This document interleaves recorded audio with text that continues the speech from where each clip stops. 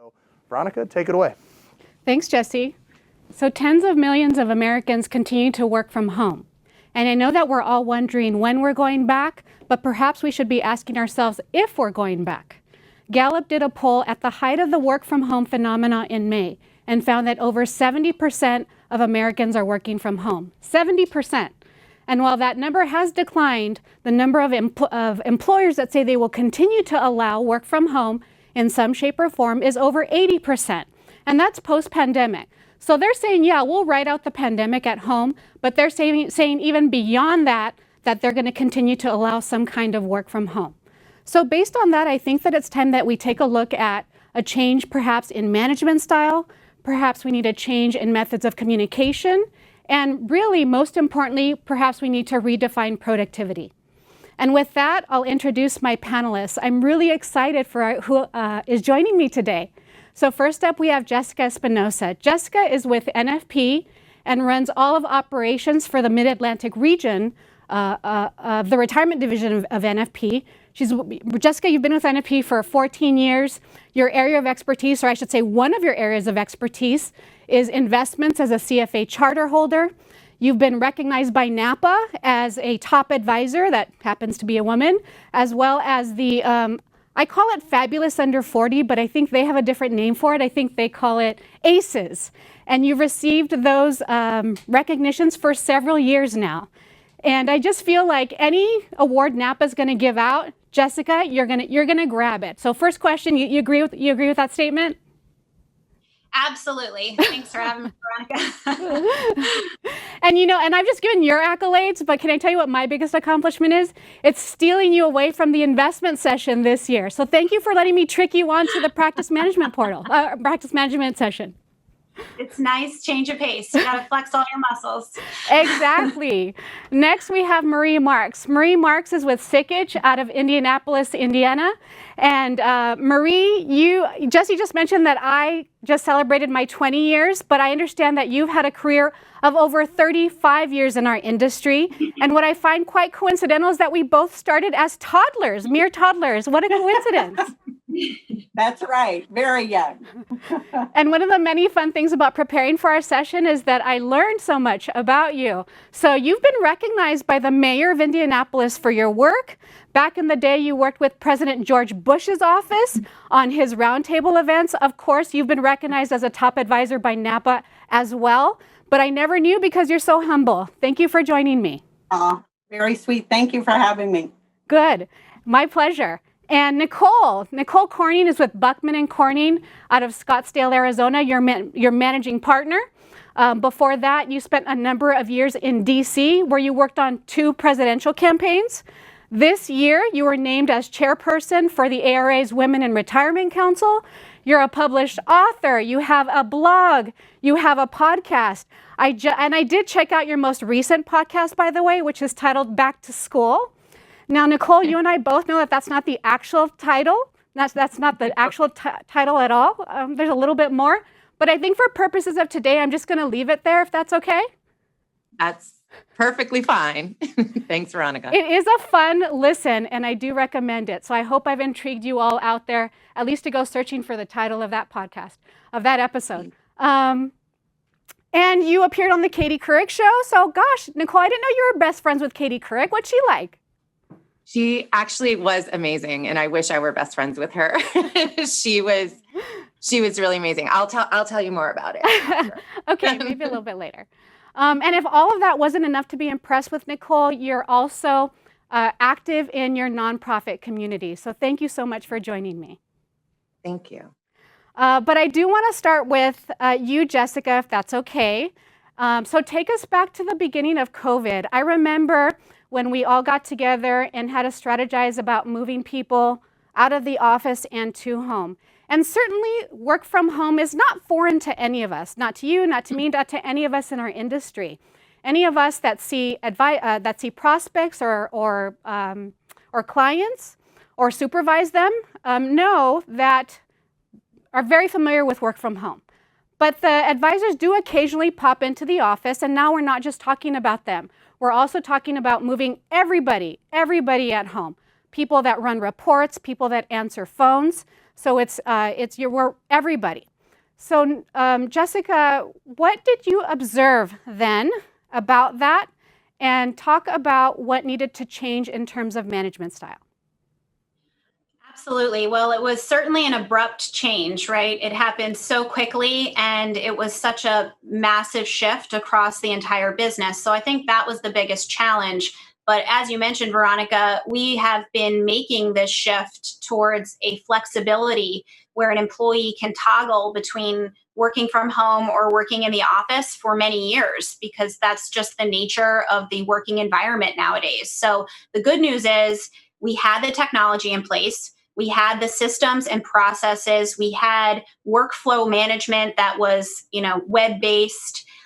So all of those infrastructure was there. It was just a matter of using it on a grander scale and depending on it 100% of the time, instead of having it be a backstop or a checks and balances like it was when we had those in-office interactions that were more natural and integrated into our work week. So that's the biggest loss, is the ability to connect with coworkers that you're working with, or as a manager with staff, to check in. And I think it can be daunting for employees too, because now the only thing I have to measure you on are your results. And, in some ways that could be good for our businesses, because results is what's going to drive our success. So really being able to highlight, is the work getting done versus the process to get there, isn't necessarily a bad thing from a manager perspective. But from an employee perspective, I think that's really daunting, because, your efforts aren't as visible. Getting in early, staying late, checking in as you pass by your manager's office. Those are all things that in many ways we have to recreate in our new virtual work setting. So for me, that's looked like being more intentional about planning those check-ins, where before they were unplanned and just naturally integrated. It's now saying, let's have a schedule by which we check in more frequently. And we don't want it to be burdensome. So, we set short meeting times. We make the agendas looser. So it's not about accomplishing a specific objective. It's more about catching up and recreating that catch-up time that we're all lacking. The other thing I think is really important is to do it on camera. So all of our interactions as we meet virtually, even internal meetings, are on camera. So we still have that face-to-face eye contact. And I think it just changes the vibe. So we can connect not just about work, but we can talk about what's going on at home and our struggles, and just engage more like we would if we were grabbing a coffee and ran into each other. So the biggest difference for me is planning that out, and also making sure that those processes we had in place for what was once part-time work from home are being used, more regularly, so that we can continue tracking that our results and our activity is happening the way we had intended. I think that's so right. We've had some fun conversations about management of people, and it's challenging enough when you see them every day. So to have all of that taken away from us has been really a little bit daunting. So what you've outlined is what I find to be true as well, just being very intentional with those connections and making sure that you make the time that used to come naturally, but now we just need to definitely plan a little bit more. And I love what you're saying about results really oriented assessments. And I have even a fun story myself back before the pandemic. I remember being here with a skeleton crew during the holidays. And as we all know, that is a quieter time work-wise for all of us in our industry. And the people that answer the phones for RPAG in our cubicle areas it was very quiet, and they were having a push-up. I walked by and they were having a push-up contest. And so I thought, wow, a push-up contest. And as I walked over to interrupt, I had to ask myself, are the phones all answered? Yes. Are the emails all answered? Yes. Is their work all caught up? And certainly there's work that they could be doing, don't get me wrong. But, they were interacting with each other, they were bonding, a little bit of exercise probably never hurt anyone. And so I had to just ask myself, is it okay for, the task itself, what they were doing, not ideal, but it's okay because their performance overall was excellent. And so that's what I love about what you're teaching Jessica, is to really take a look at more results rather than tasks. Exactly. At the end of the day, that's what's going to drive all of our success. So it's easy to get bogged down in, is someone working during working hours? But at the end of the day, whether or not the job is getting done is what we all really care about. Absolutely. And so COVID has brought a lot of turmoil, obviously, in our lives. But through everything, there have to be a few bright spots here and there. And so, Jessica, what do you think are some silver linings out of all of this, work-wise? Well, I'd be completely remiss if I didn't mention efficiency. I think we've all experienced that, thinking back to the way it was, where I would spend a day on a plane, go to one client meeting, and a day on a plane coming back. Spending 48 hours on one client interaction feels so foreign to me now. And the amount of extra time in our days for me and my staff is really helping us get things done. And therefore, we can be more strategic with our clients. So that's an obvious silver lining. But as a manager, the one I'm most excited about is the potential for broader talent acquisition. So for me, if I'm trying to hire for an in-office position, I'm based out of the DC area. It's a competitive marketplace. It's got a very small niche of retirement consulting experience. So it's hard for me to find the right folks, especially when there's a lot of traffic. And if I exit a 10-mile radius, I'm going to make someone's life terrible with a daily commute. So knowing that I can widen the breadth of where I search for talent, because now clients and internal staff is going to be more engaged in a virtual setting, that's exciting, right? Because now I can find the people that fit best to our culture, have the right experience, are going to do the best job for me. So for me, that's a huge silver lining in this whole shift, is the ability to really gather my team, no matter where we are domiciled. That's huge. Having a wider net for talent acquisition is huge. You and I are both quite involved with that, and I agree, and very much looking forward to that. Thanks, Jessica. Marie, let's move to you. Marie, when you and I spoke earlier, and we're talking about the effects of COVID on work, and you have quite a unique story, I'm going to say, in terms of what happened when the pandemic hit. Now, certainly it took all of us by surprise and we all had to scramble, but when I think about everything that was going on with you, you were a bit in transition, I'll say. And so just knowing your story, I'm hoping that you won't mind sharing it with all of us. I think there's a lot to learn. Okay, thank you. Yes, it was an interesting time. So it's like I shared the other day, I had what I call is the 3 strikes. Strike number 1 is I started with the new firm on March 16th. On March 17th, not only did the office shut down and go remote, but the whole world seemed to shut down and go remote at that time.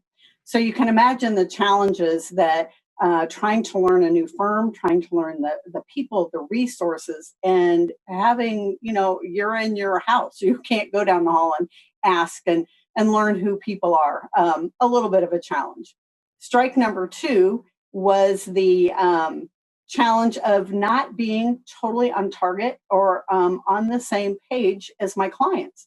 My goal is I got to get paperwork signed and transition the accounts over, which is huge. Anybody that's gone through that transition knows that that's a big challenge. And my clients are facing a much bigger challenge, much bigger. They're looking at, how are we going to keep our doors open? What do we do with our employees? How are we going to take care of the situations? And what's the CARES Act? And what's the PPP? And we need that? And so quite a challenge to figure out how I was going to handle that. And the third is I had a complicated plan. It was a defined benefit 401A and 457, and it was in transition to go to another record keeper. So we were working on this for, a while, and everyone knows that when you have any plan, you can run into some glitches, but when there's 3 together, that, the complications just seem to kind of keep hitting. And now we have a major market meltdown at the time. So then you have to scramble and think, how am I going to handle that?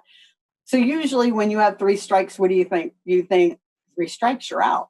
I really had to regroup and say, okay, 3 strikes means I need to pivot. I need to change how I'm going to handle this and work with my clients.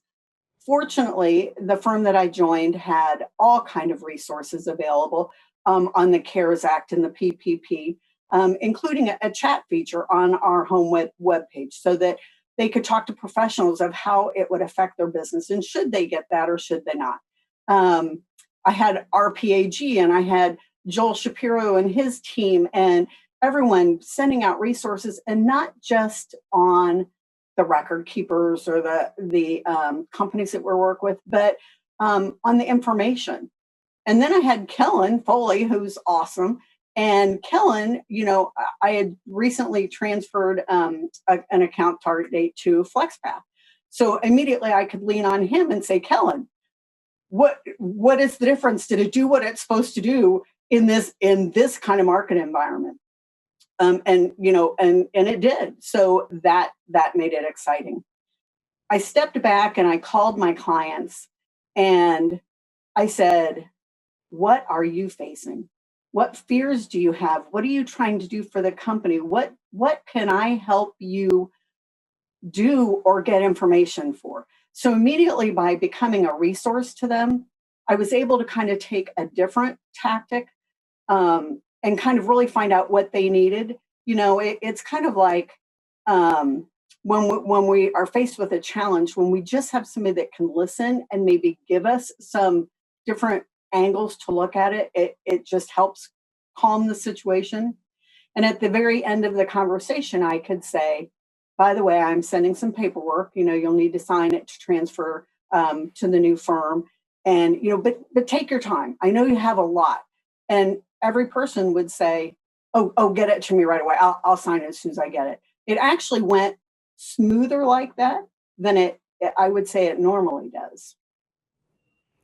That's amazing. So I remember we were struggling with getting people's attention on the retirement plan at a time so critical in our lives, and yet you were able to get them to sign paperwork during this time, and how you position it is so important, and it makes sense.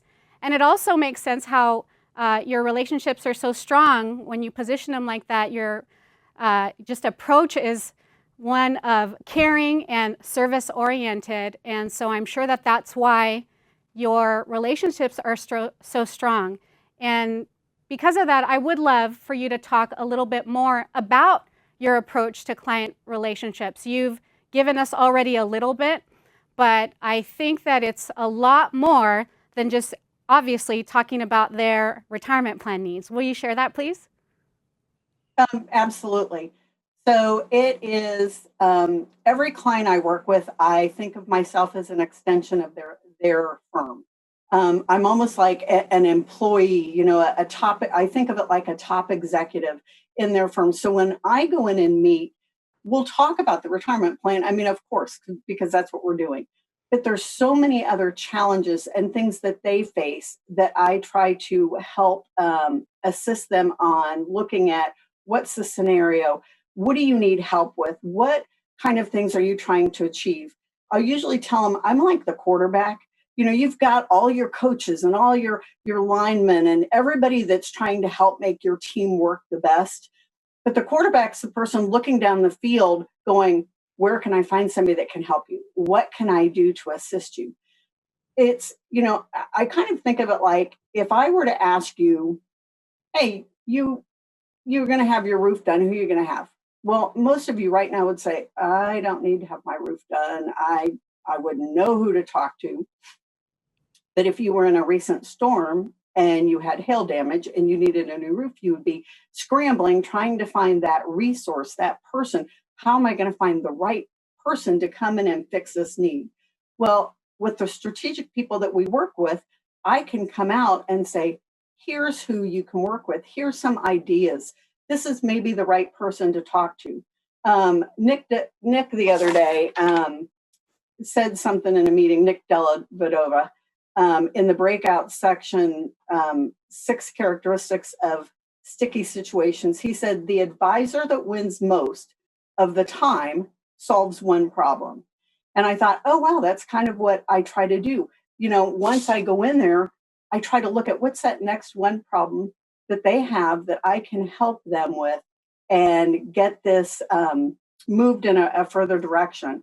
And in the opening session, Vince had made the comment, and he talked about reimagining the workplace. And through all of what we've recently faced, I thought immediately in my mind, it came to me of, and reimagining the client experience. I think if we can go beyond just the retirement plan to everything that the company is facing, we become a much more trusted advisor.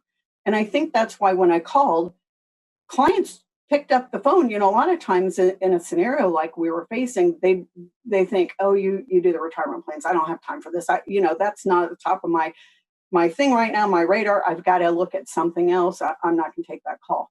But when I called, everybody picked up the phone right away. And I think it's because they know that if I'm usually calling, there might be something else going on or information I can share. And I think that's pretty valuable, not only in what we're facing right now, but always going forward, working with our clients.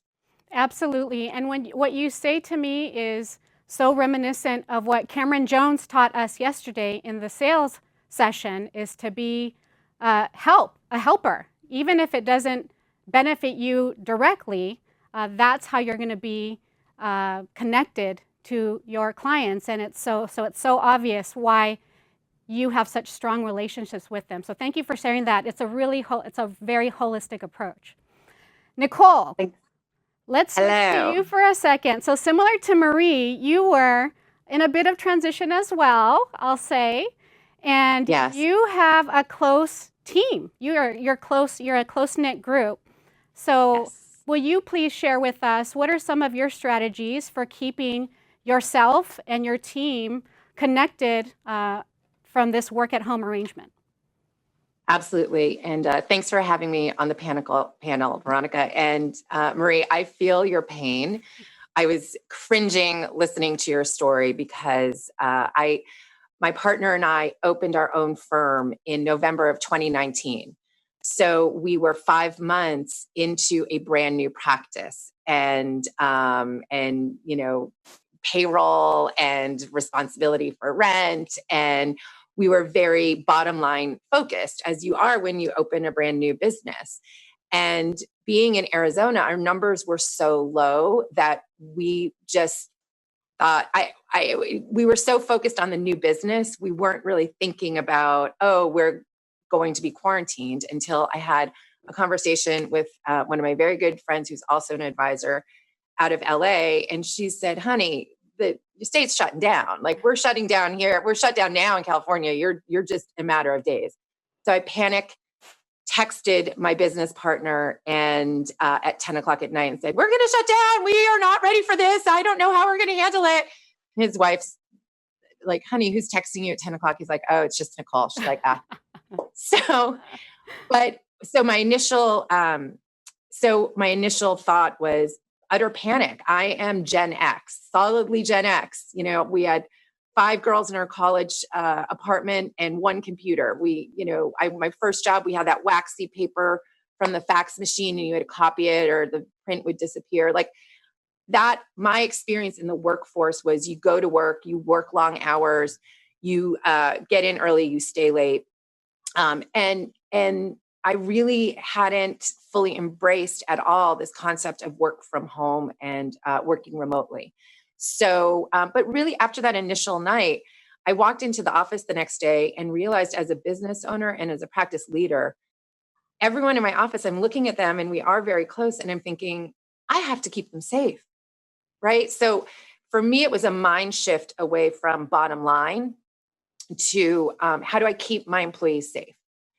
Because we have folks with, they're the caregiver for their parents battling pancreatic cancer, or their husband is immunocompromised, or one of our employees, his wife was probably 8 months or 7 months pregnant at the time. So it was this panic the previous night, mind shift when I actually looked into the faces of my employees and thought, I just have to keep them safe. we as a team always believe if you do the right thing, the money will come, the success will come. You just have to do the right thing. So I had to shift away from this antiquated idea that I really still held on to as this Gen X woman, that we weren't going to be able to work from home, and shift to I need to take care of my employees. And what we realized is, thankfully, with the new office, really all of our technology, not just for our office, but in our industry, I mean, we're all equipped to work from home. And I think that was a huge blessing and happy surprise, right? All of our phones, I have an app on my for our new phone system, that the app allows phone calls to go to my phone, or, we could all bring our laptops home and work from home. And so the initial terror, and then the mind shift to making sure everyone's safe, and then realizing actually this could work. And then it was a matter of putting in place the tools that we would need to stay connected. So much like Jessica mentioned, we insist on daily meetings. We have one, and everyone has to be on camera, right? You have to be on video. So I don't care if you still have bedhead and you've got sleepies in your eyes, you still need to be on camera. And truthfully, most people aren't. I mean, you're going to be on camera. You step it up a little bit, right? Even with the people that you're close with. And so we have daily meetings. We have one longer pipeline meeting on Mondays, and then really it's just what are you working on? What can I help you with? Touch base meeting each and every morning. Nicole, I want to get to your last question because it's an important one, and we're wrapping up our time quickly. But you did mention this notion, or you mentioned antiquated notions of work from home, and absolutely there are some out there before COVID that thought work from home really means not working, fooling around at home. And COVID really forced everybody to give work from home a chance. And so do you agree with that statement? And if you do, what's the verdict? Is work from home here to stay? I do think work from home is here to stay. It might not be all work from home, but certainly I think that our employees are going to expect and in some cases demand it. I am, for those of you who know me, and now for those of you who don't, I am very committed to bringing in and bringing up women in this industry. We're still about 15% of financial advisors, even though we're a little over half of the population. So as women, there's no bad actor out there. It's just we tend to take on a lot of the burden of home on ourselves. And I think that what COVID has done is it's allowed us as professional women to realize, there are a lot of things we can do virtually that will free up our time. So we don't have to be stuck in traffic getting to conditioning or a music lesson or a tutor. That's something that our child can do remotely. And I think that if we as employers continue to integrate work from home, when we can go back to our offices, we're going to have happier, more loyal employees. Because we're recognizing that it's not just mothers; it's people who are taking care of aging parents. Those of us in the sandwich generation who are doing both, that's me. So the more we can recognize that there is a better, more effective, efficient way for our employees to work, and by incorporating work from home and working remotely. They're going to give us more. And that's what we've seen. Our employees, our production, I think went up because unfortunately there was no kind of, okay, it's time to leave the office, so people were working well past typical work hours. And I think that it is, it's an easy give, and it will help people create more balance in their lives, our employees, and it will help them be more connected and more loyal to us. I think you're right. Nicole. And I want to thank I can't believe how quickly our time went. It felt really quick to me anyway. And I want to thank all three of you advisors for joining me today. Jessica, we're going from task-oriented, stop worrying about how they're doing it and just start looking at what they're accomplishing to results. I get it, and I think you're right. Marie, don't panic, pivot, right? In adversity, just get it done.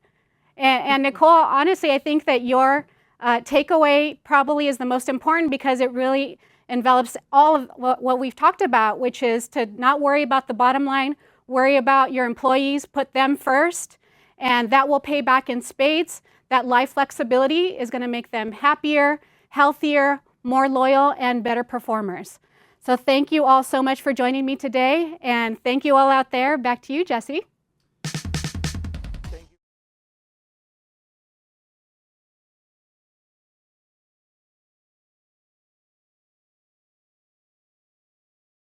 Well, thank you everyone for attending our third day of conference and this session, Pandemic Pandemonium. As much as I love what our production crew has done with our Alicia Viejo conference room in the studio, I look forward to seeing everyone next year back at the Ritz. So, Pandemic Pandemonium, when the least volatile thing in your life is the stock market, don't let that fool anyone. Maybe it's not in the top 3 today, but 4 to 6 months ago, market volatility was maybe not the number 1 thing, but the number 2 thing. And where were we? We were in the longest bull market ever, only to fast go into a correction, sink into a bear market. Then, in no time flat, we were back into a bull market. And if you weren't paying attention, the NASDAQ just fell into correction territory last week. So market volatility is real. In fact, we've had some extreme market volatility. So what can you hold on to in these times of market volatility? It's the process and the investment platform. And Jeff and I are here today to share a little bit of the quant and qualitative aspects of that, because that's what really, that foundation is what you really hold on to, because when things do get tough with market volatility, then it's our job as advisors to address the behavioral issues with not only our plan sponsors, but for participants really, right? And we did this 4 to 6 months ago. We spoke to time in the market. Whoops. And that's what happens when you're holding the clicker. We spoke about time in the market. We spoke to rebalancing, asset allocation, being on the right glide path. And those are all the things that you want to cover when things do get tough. So fast forward to today, all right, we have some upside volatility. That's not much of a concern. But now is maybe the time that we can think about some of the things we do from a process standpoint, again, that you can hold on to. So where do we start when we talk about process? Where does it start? Well, it starts with the people. And here I think here are the people, over 100 years of experience with this group, with this collection of CFA charter holders. I think bar none the best investment team in the industry. We have a collection of portfolio managers, equity analysts, fixed income specialists, manager research experts that are looking at our analysis, the research, the process every day to fine tune it and to see what we can do better. And in fact, I'll get to some of those changes that we made over the course of this year to help with the process. So thank you, Kyle Olson, Solomon Stewart, Jessica Espinoza, Daniel Callis, and Jeff Keeling for being that rock solid investment committee that we have here and for all of you to rely on. So let's get into some of the quantitative pieces of this. And I thought I would start here in Michael Mauboussin's book, The Success Equation, which he goes into untangling skill versus luck in business, sports, and investing. He came up with this spectrum, ranking all of these activities from skill, which he has chess on the far right, to pure luck, where he has slots and roulette on the far left. And his conclusion was for the markets that investing actually fell closer to luck than skill. So for us quantitatively to identify whether or not we have a skillful manager or not, it's a tough job, and we're looking at those analytics every day. But is this right? I agree with him. When you look at the market, it's a zero-sum game, right? For every buyer, there's a seller, and after fees and expenses, it's really tough to outperform. And in fact, our scorecard system reflects the average manager scoring is 6. So quantitatively, it's tough to identify skillful managers on average, but there are skillful managers. So in a large part, I agree with Michael, and in fact, where he plotted football, which was right next to the markets, well, I agree with that because, of course, my San Francisco 49ers lost to the Kansas City Chiefs in the Super Bowl last year, and I think the Chiefs just got lucky. Right, Jeff? Absolutely. If you agree with me, just type in Go Niners in the chat, and we're good. So what do we do here at RPAG? Of course, finding manager skill and using our analytics to find manager skills reflected here in the scorecard. And I think the one area that Michael wasn't looking at and why he determined that the markets were really all about luck was because it was all about return. And if you look at our scorecard is more than just return, and that's how you find skillful managers. In fact, when you look at our competitors and what they're doing, a lot of them just focus on that 20% peer group rankings. How are they doing versus return, alpha, etc. If you look at our scorecard, 30% of our scorecard is style related, another 20% is qualitative related, manager tenure, the strength of statistics, expense ratios. Coupled with style, that's a full 50%. 50% of our scorecard are essentially non-return related factors. And those are the factors that help us identify skillful managers. So I think that's where Michael got it wrong, and where now we can go from just looking at returns to select an outperforming manager, which is really just chance. That's a flip of a coin, to the scorecard where our research shows that maybe 2 out of every 3 managers that are selected from the scorecard are top performing managers going forward. So let's take a little deeper dive into quant and look at some of the risk return factors in peer group rankings. And I'm going to hone in on one analytic, which is the information ratio. And we talk about the information ratio about being a measure of skill. It's so important that we have it in the risk return factors, but we also rank information ratio in the peer group ranking, along with information ratio is used as our tiebreaker in the asset class review if you have all 10s or all 9s. Simply put, it's the excess return over the consistency of excess return. Another differentiator, a lot of our competitors don't use information ratio. But let me give you a little history behind information ratio.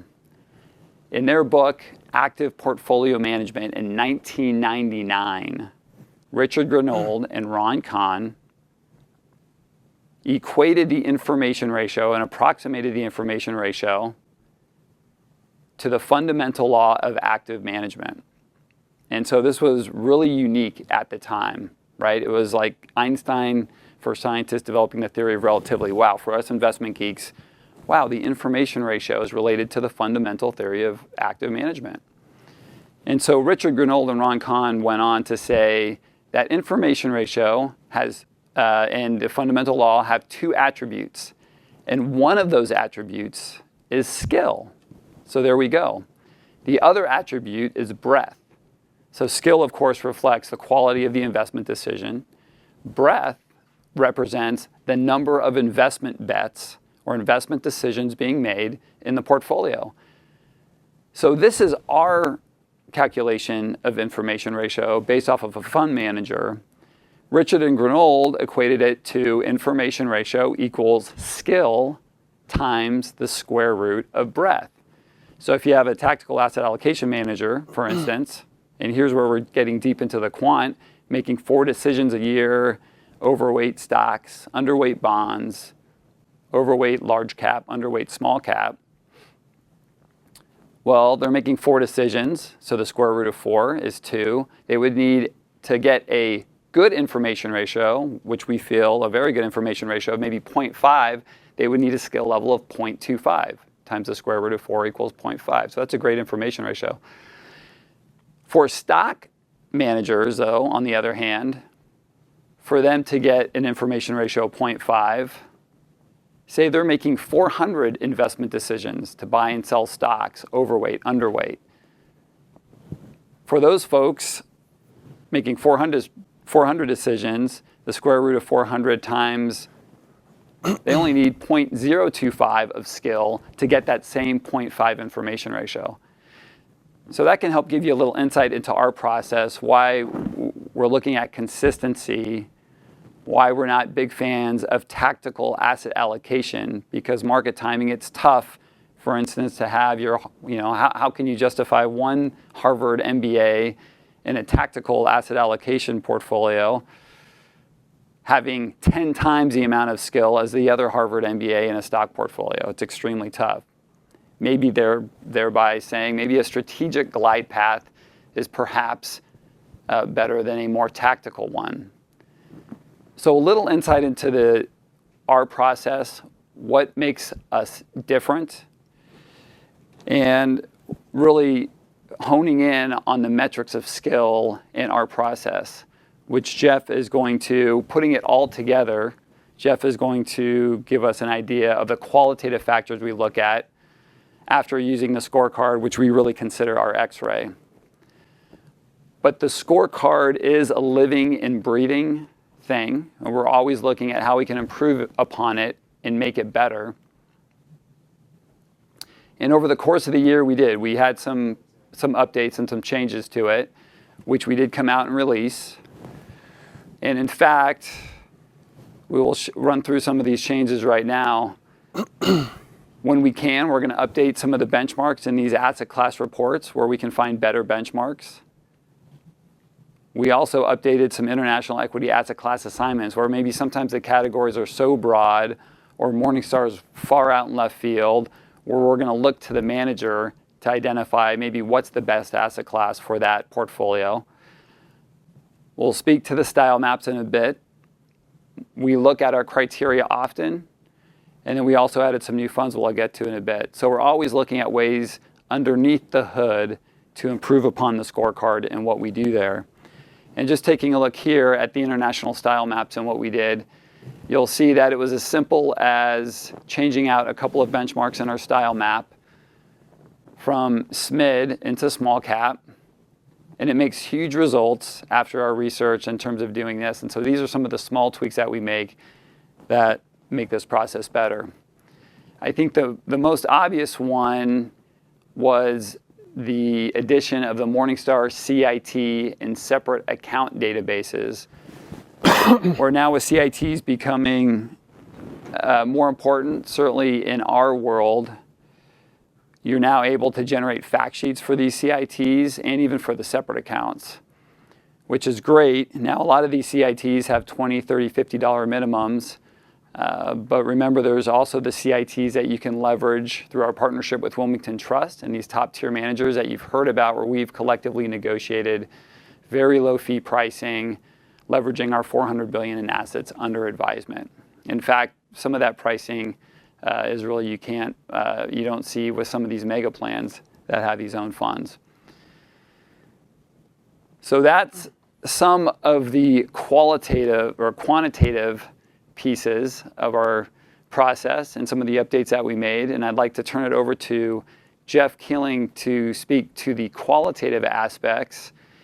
And speaking to the experience that we have, Jeff is a former practicing equity analyst, CFA charter holder, and if you didn't know, former portfolio manager for a large fund managing over $3 billion, where he outperformed his peers 9 out of 10 years, I believe, Jeff. So a very impressive resume, and I'll turn it over to your Director of Investment Research. Jeff, all yours. Great. Well, thank you, Jeff, and good morning, everybody. Thank you for joining us today. I think Jeff did a great job walking through the quantitative process and really how the scorecard has been time tested as a great tool to identify manager skill.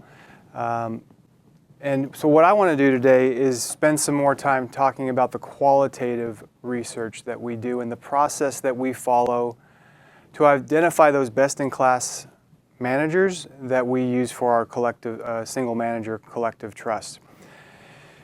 It may be helpful to start with what it is that we don't do. We certainly don't just look at everything that scores well and then go out and try to get the very best price. We do the reverse of that. The process starts with us doing rigorous analysis of a category, starting with the scorecard, where we know it's already done a great job of identifying manager skill, but filtering down through these opportunities, having meetings with the management teams, and doing that deep due diligence to really isolate the top 3 to 5 best-in-class managers in each category. And then we go negotiate the best in industry fees on your behalf. And so that's the process that I want to talk a little bit more about today. So getting started here, I'm just going to touch on a few of the key qualitative considerations. And if there's one word to describe what it is that we're looking for, that word would be consistency. And what we mean by that is that we want to see consistency of team, consistency of process, and consistency of results or performance. With regards to team, the scorecard captures manager tenure in the scorecard, but that really looks at the lead portfolio manager or that longest tenured portfolio manager. In our qualitative research, we want to go beyond that, and we look at any sort of a turnover that has occurred within the co-managers on the team or the analyst pool. If there's significant turnover within an investment team, that really calls into question the repeatability of the performance that we're analyzing. And so that's very important to us. Process is something that, again, we want to see consistency. We want to see a process that has been consistently applied over a very long time so that we can judge how it does in different market cycles and in different market environments, and really know that that process has demonstrated skill. And then obviously we want to see those two items resulting in consistent performance over time. Next bullet point here is well-defined and repeatable process. So you think about processes, and obviously we talk to hundreds of managers every year, and you hear a lot of different things. Some processes tend to be more subjective. They say, well, we're looking for great management teams in growing industries. Well, not a great concrete definition. We prefer a very concrete definition of something very specific criteria that these teams are looking for, because that's, again, what we view as repeatable. They have what they're looking for. They go out and do it year in, year out, and repeat those results. For example, managers who say we're looking for companies that trade at 50% discount to intrinsic value, or we're looking for companies that are growing north of 12% and have improving returns on invested capital. It's a very well-defined process that we view as repeatable. Risk controls, and Jeff talked about this, the importance of it within the scorecard. Within our qualitative research, this is also where we spend a tremendous amount of time. So much of the industry is focused on, well, what were the returns? But risk is very, very important to us. And so we look at risk from a qualitative perspective, not only from what does the organization do as far as oversight on the investment teams, but also how is the portfolio constructed and how does the team mitigate risk through portfolio construction? And then finally, does the team integrate risk management into their security selection process? So we spend a lot of time on risk controls because that is very, very important. Next bullet point, alpha driven by security selection. This is another extremely important point for us. And again, it all gets to repeatability. So if you think about what it means to have alpha or excess returns driven by security selection, that means that it is one by one picking these companies that is what's driving performance versus maybe making swings in and out of different sectors or very large sector bets or market timing. All of those things are much more difficult to do consistently. And so we want to see that alpha driven by security selection, and I'm going to talk about that in a little bit more detail here in a minute. Manager skin in the game. What we mean by this is that we want to see the managers that we're using investing their capital alongside shareholders. And the empirical reason for that is there's been multiple studies done that when portfolio managers have over $1 million invested in their funds, those funds tend to outperform going forward. And it makes sense. You think about, for starters, there's conviction that is shown there in their team, in their process, in their ability to deliver results. And in addition to that, when their money is invested alongside shareholders, it keeps them very focused on that portfolio. So that's something else we like to look at. And then the last point is we like to look at analyze really as long of a time frame as we can. The scorecard captures a 5-year window, but we like to really look at managers over as long of a period as possible, ideally 10 years or longer. So again, we can see how they perform in different market cycles, and that's also one of the areas that is very important to us. So I've talked about a lot of the things that we're looking for on the front end, some of the things that we're trying to identify.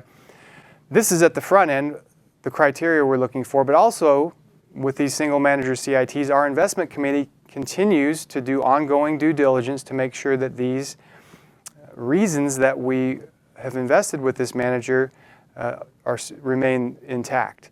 And we don't anticipate that there will be a lot of changes to these managers over time. We've analyzed very long periods of performance, and they've demonstrated skill over long periods of time. We know everyone's going to have periods of underperformance, then some of these strategies will fall on watch list at times.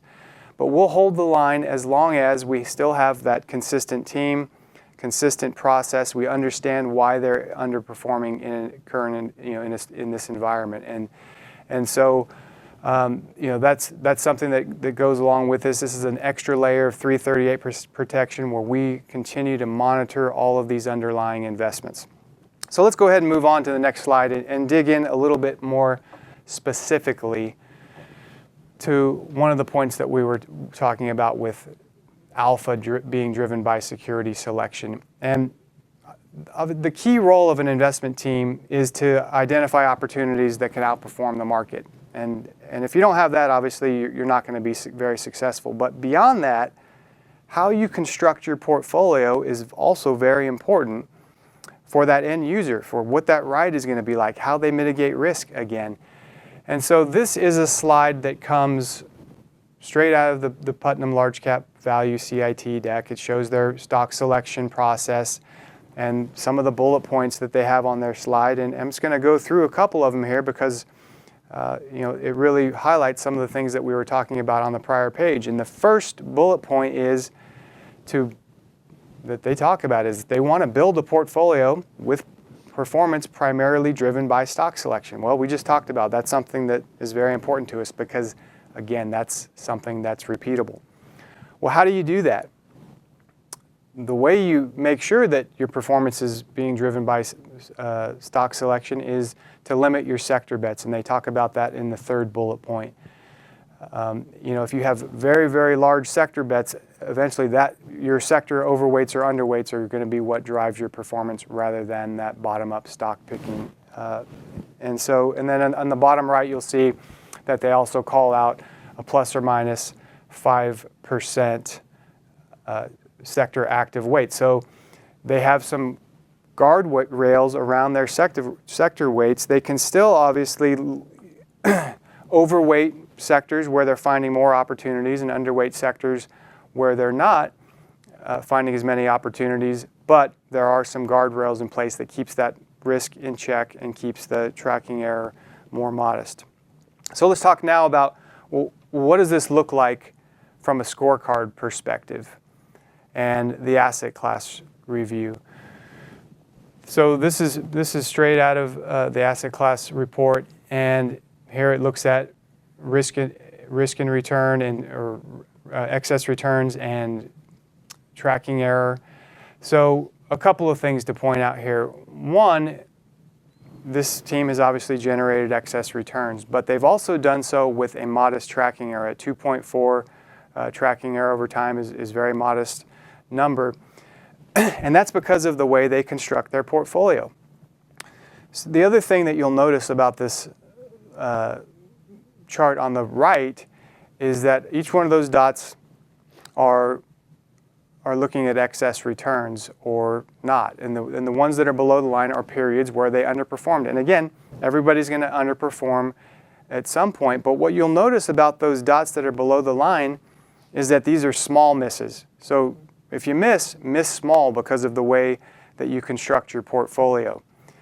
And that makes a big difference to consistency over time. If you think about managers who might have very high tracking error, you can have years where we see 10, 12, 15 percentage points underperformance relative to the benchmark.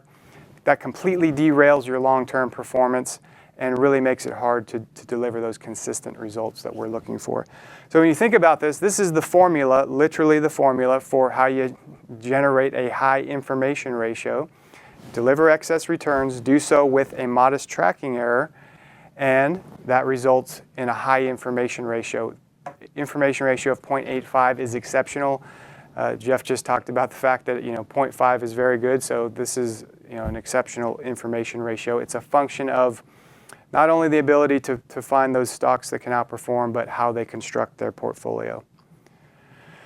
So if you talk to the team over at Putnam, and we do, and we had several meetings with Darren Giroux, who's the lead portfolio manager there, and he describes what it is he's trying to provide for shareholders. And he says, what we want to provide is returns that are consistently good, not occasionally great.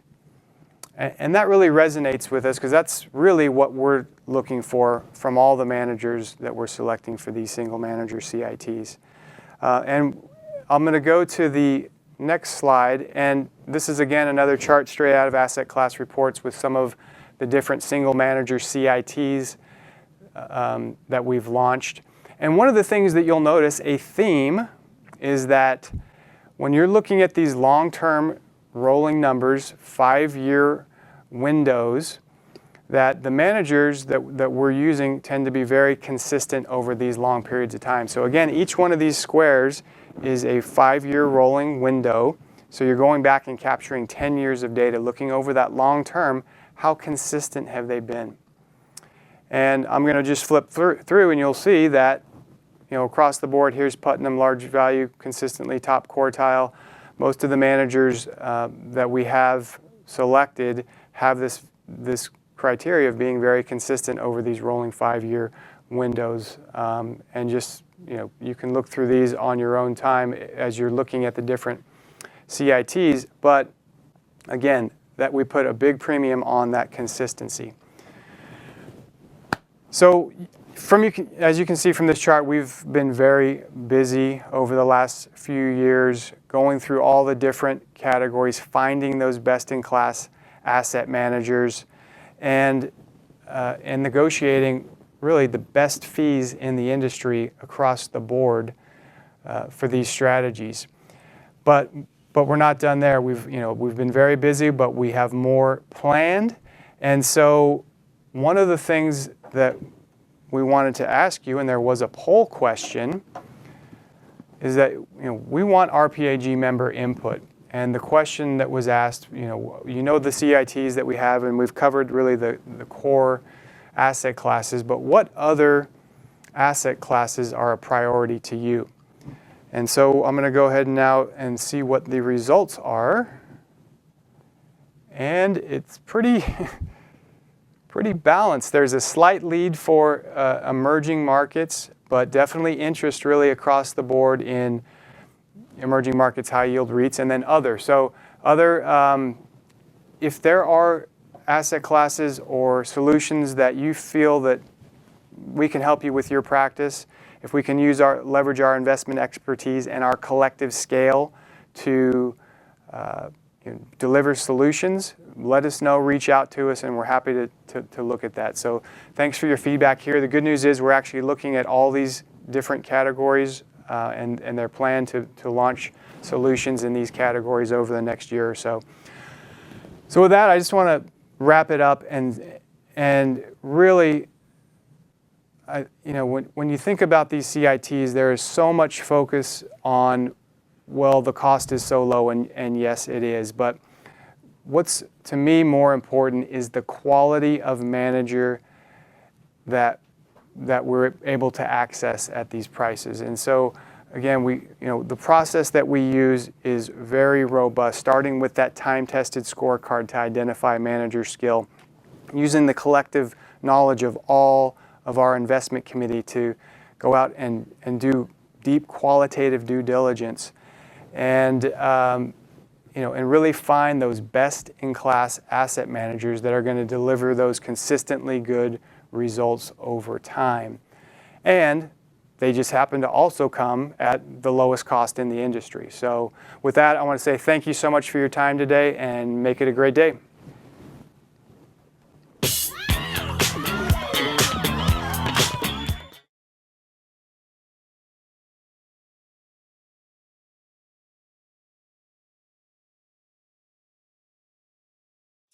To start off, I do want to be clear. This is a summary session, not the conference wrap-up. So please stay for the breakouts that are going to follow this session. We've still got a lot of great content to go in our afternoon sessions, so please do stick around and see what our partners are going to have to offer. So during this session, feel free to grab screenshots, download slides, watch the replay, anything to help make sure that you don't miss or forget any of the ideas we've covered so far this week that can be of benefit to you and your practice. And please email me at jeffc@rpag.com, whether it's questions about this session, anything else we've covered this week, any challenges you're facing with your practice, or just how to be sure you're getting the most out of your relationship with RPAG. I love talking with and learning about the practices of our members, and this is my main focus within the organization, so feel free to reach out anytime. So first of all, thanks for choosing to join us to hone your craft and make sure that you're at the top of your game and able to provide your clients with the best possible service and experience. Now, during the conference this week, I've had several of you reach out to me and ask for various follow-up items. And in doing so, I've received several out-of-office replies when following up with members by email. And most of them go along the lines of, thank you so much for your message. I'm currently attending a virtual industry conference to ensure that we continue to provide our clients with the best retirement plan experiences possible. And I love seeing those emails. As Randy Fuss, my friend at CUNA, who heads their practice management efforts, might say, you are making the intentional decision to pause working in your business in order to work on your business. And everybody benefits from that.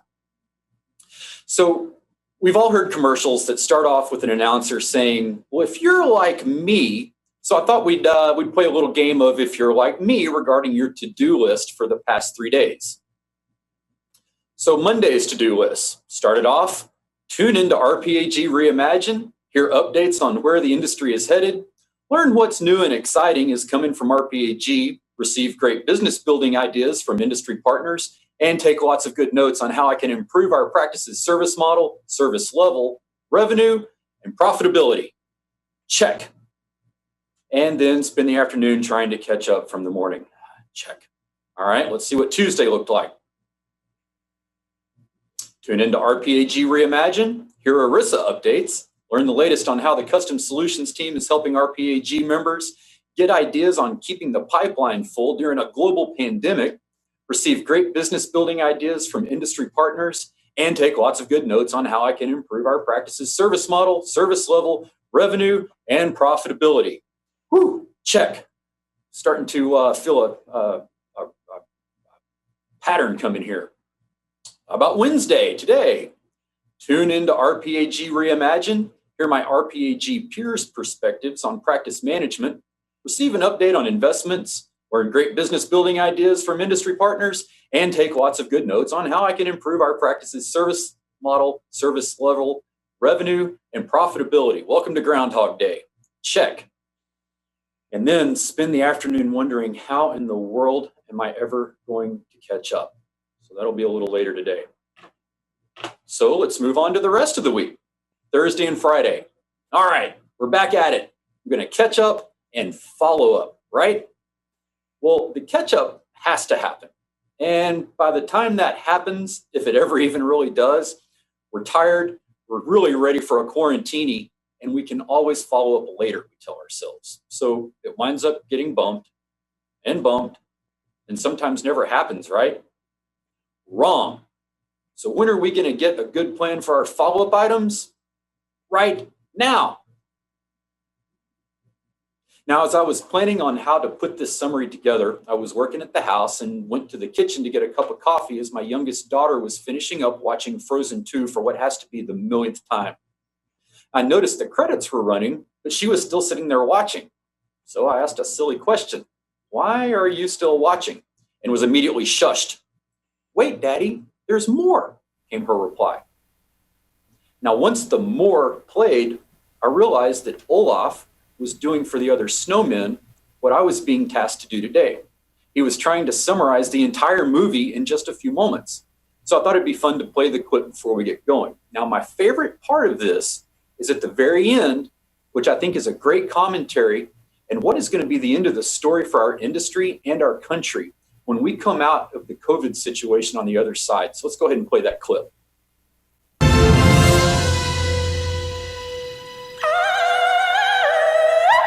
Show yourself right now! Elsa, be who you are. Oh, I will, Mama, I will. Elsa's dead. Olaf's dead. Anna cries. And then a bunch of important things happen that I forgot, but all that matters is I was right and water has memory, and thus I live. And so do you. Oh, we live! We live! Good story! Good story. Yes, we live.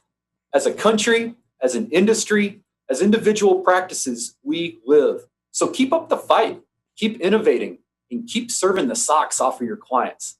So let's go ahead and jump into the lightning round of summary.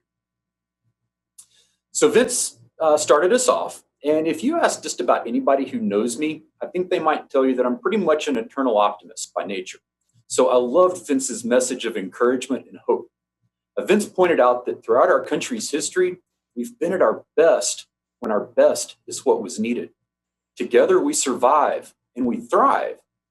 Even in hard times, especially in hard times, we have the ability to brighten and improve the lives of those around us. And if we're able to spend some time focusing on trying to count our blessings, that fosters a growing sense of gratitude that then triggers the release of the chemicals that Vince mentioned that have a very positive sensation and impact.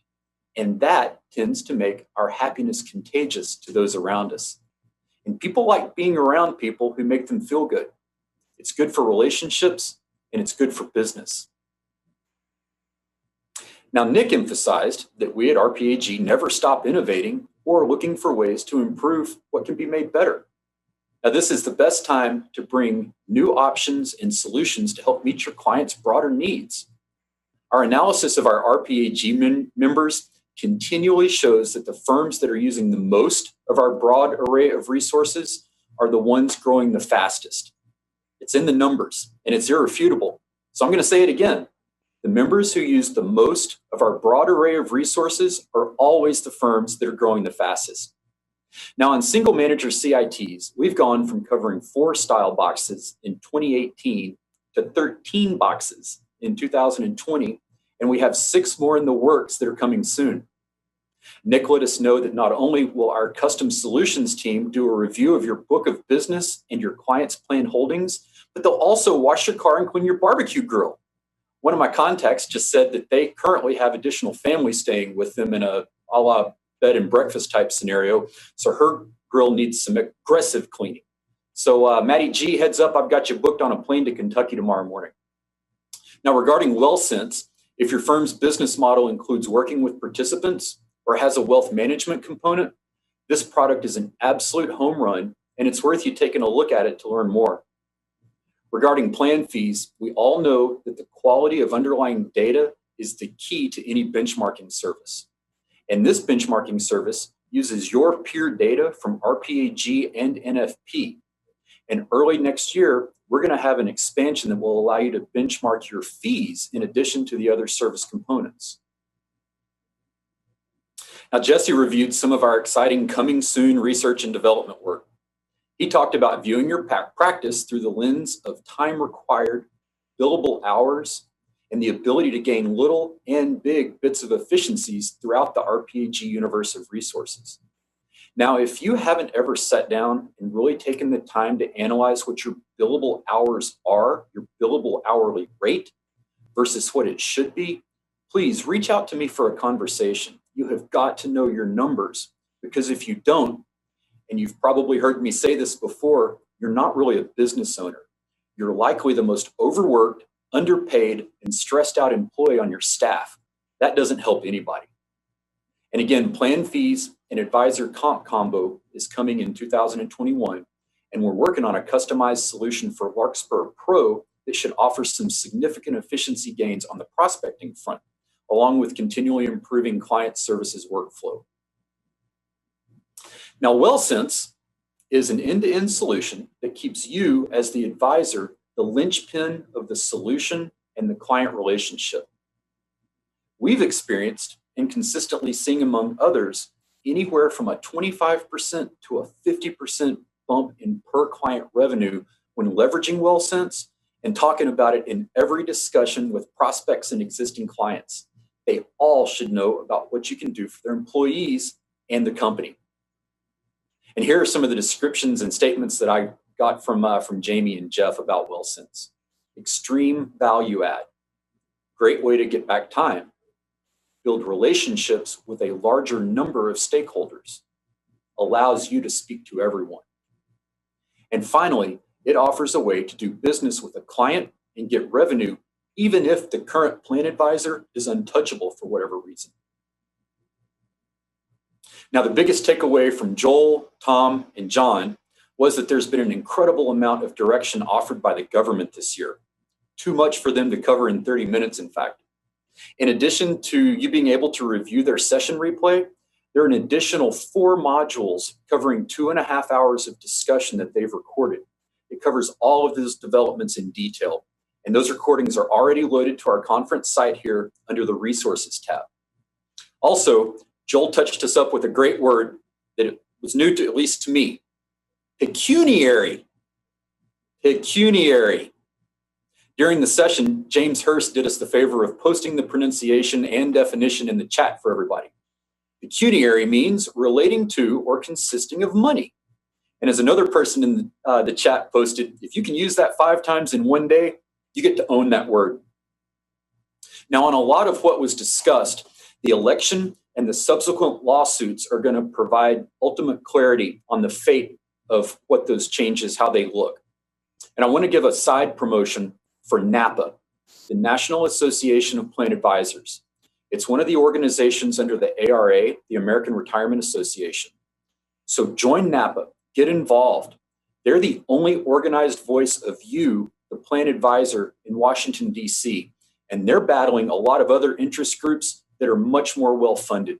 So please reach out to me if you'd like to learn more about how you can make your voice heard through this great organization. Custom solutions, car washes and grill cleaning, and not just one-size-fits-all cleanings either. You can get a wash that is conservative, moderate, or aggressive. Just kidding, kind of. Kellen and Matt focused on the 3 main participant profiles: unengaged, slightly engaged, and engaged. The slightly engaged are the huge donut hole of the group. Neither standard options nor full customization options meet their need. Our custom solutions team can help you offer solutions that do meet those needs, and subsequently plan and employer needs as well. Oh, and Matt also mentioned that Vince's Puppy Bourbon is, and I quote, a dog full of many machete teeth and whines. Actually, during Vince's video, I was impressed that he was able to keep a straight face while that puppy was gnawing on his hand like a milk bone. And I've got a sneaking suspicion that Team Giovinazzo needs to start hiding their shoes before long. Next, Kellen offered words of encouragement as well. On mindset, he referred to Michael Jordan's last, most difficult, but most satisfying championship.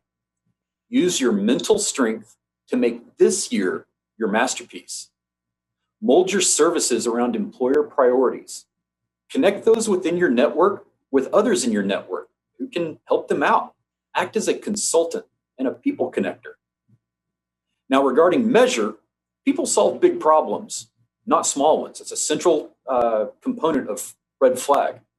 Quantify what doing nothing will cost a client this year, either in real or opportunity cost dollars. And then multiply that by 3 or even 5 to represent the cumulative cost of their problem this year, the last year or two that they've been in this situation, and also the next year or two if they don't choose to address the problem. Then you'll likely wind up with a large number that will represent a big problem, and your client has the opportunity right now with you to address it. And finally, tell stories instead of just focusing on pushing the benefits of what you're selling. Tell how you've helped clients in similar circumstances with similar challenges. It's how our brains are geared to relate to information. It's why we go to movies. We put ourselves in the story as a character, and it's a very effective way to influence behavior and outcomes. Now, in the practice management panel that Veronica moderated earlier this morning, Jessica talked about how to change the lens that we use to view the performance of our team members and managing by video call. Shifting our management focus from activities to outcomes might not be as easy as it sounds, but it is likely part of how successful groups will adjust to our new environment. And Jessica's silver lining was the reduction of geographical limitations when seeking new team members to hire. Marie discussed the need to continuously but calmly assess your circumstances and look for ways to make improvements on your approach to various challenges. She also leveraged the concept of becoming a resource and people connector, as we discussed previously. And then Nicole addressed the importance of taking care of your employees and how that will translate to the bottom line. One of her quotes I loved was, "If you do the right thing, the money will come." Now, for the investment update that we just had, the main engine of the RPAG vehicle, the scorecard generator, has held up for closing in on 2 decades now, but we're always evaluating it for any needed changes or tuning. And the CITs continue to be one of the unique value propositions that you as an RPAG member can bring to your clients. Nobody else can do that. And so that concludes the summary portion of our time together. And now I'd like to spend our last few minutes together with Tony Green, our national practice leader for RPAG Executive Benefits. You've seen and heard Tony for a few years now, and the service is continuing to evolve. So Tony, welcome. What is the latest on RPAG Executive Benefits? Well, hi, Jeff, and thank you. And great summary of what's been going on this week. It's been a fantastic conference, and you did a really nice job capturing all the energy and the excitement that's been going on. Executive Benefits is having a really good year with a little slowdown in the beginning because of coronavirus. We're starting to see it be as busy as we've ever been. The companies that are surviving know they're surviving, and they're spending a lot of time worrying about retirement completion and retention programs for the key employees that they need to continue to grow as we get out of this pandemic and into 2021. And what about your, you've put a bit of a team together, haven't you? Yeah, we have added 3 business development officers regionally, one for the West, one for the, one for the West and Central, one for the Southeast and Central, and one for the Northeast. So we have Brad Burdick, Mike Alberg, and Kurt Snyder, who have joined the team and are backing me up. It brings us up to a team of 9 people total supporting business development as it relates to all things EB. Okay. Well, and so COVID has really deeply affected our lives and our business. So what impact have you seen on the executive business benefit as a result of COVID? We've seen a lot of intentionality in terms of how plan sponsors are thinking about their key employees. They're the folks that drive their businesses forward. With everybody being at home, there's a lot of concern that there's going to be a lot of movement of key employees as we come out of the pandemic. And we have a lot of our plan sponsors focused on how to address that risk. And they're doing it with retention programs, and they're doing it with retirement completion programs. And we're seeing this equally in the for-profit and the not-for-profit space. So it's been very active on both sides of that equation. Well, so you mentioned this team, I believe you said brought you to 9. As an organization, why are we leaning into RPAG executive benefits so heavily? That's a great question, Jeff, and thank you for teeing me up that well. We come at the world as consultants. We like to get in and work with plan sponsors to solve problems, to help them figure out how they're going to grow. Our purpose as an organization is to improve the business outcomes for our plan sponsors. And we find that philosophy directly aligns with the RPAG membership. I've yet to be with an RPAG member who didn't share that feeling that their goal was to be a good consultant to their plan sponsor and to help their plan sponsors thrive. And so in order to support that, we're leaning in with the people that can be shoulder to shoulder in that consulting conversation as we bring a real retirement completion, lunchroom to boardroom kind of conversation into our plan sponsors through the advisors that we work with. All right. Well, how about sharing a story or two of maybe some recent wins, success stories that our RPAG members can relate to? So I'll give you 2. One of the most interesting ones comes out of our not-for-profit space, where we have a group that is funded by a government entity, and that government entity actually caps the salaries that their HCEs can make. And the cap is well under market for what executives at this level should make. And we couldn't solve it with 457F because they viewed that as compensation.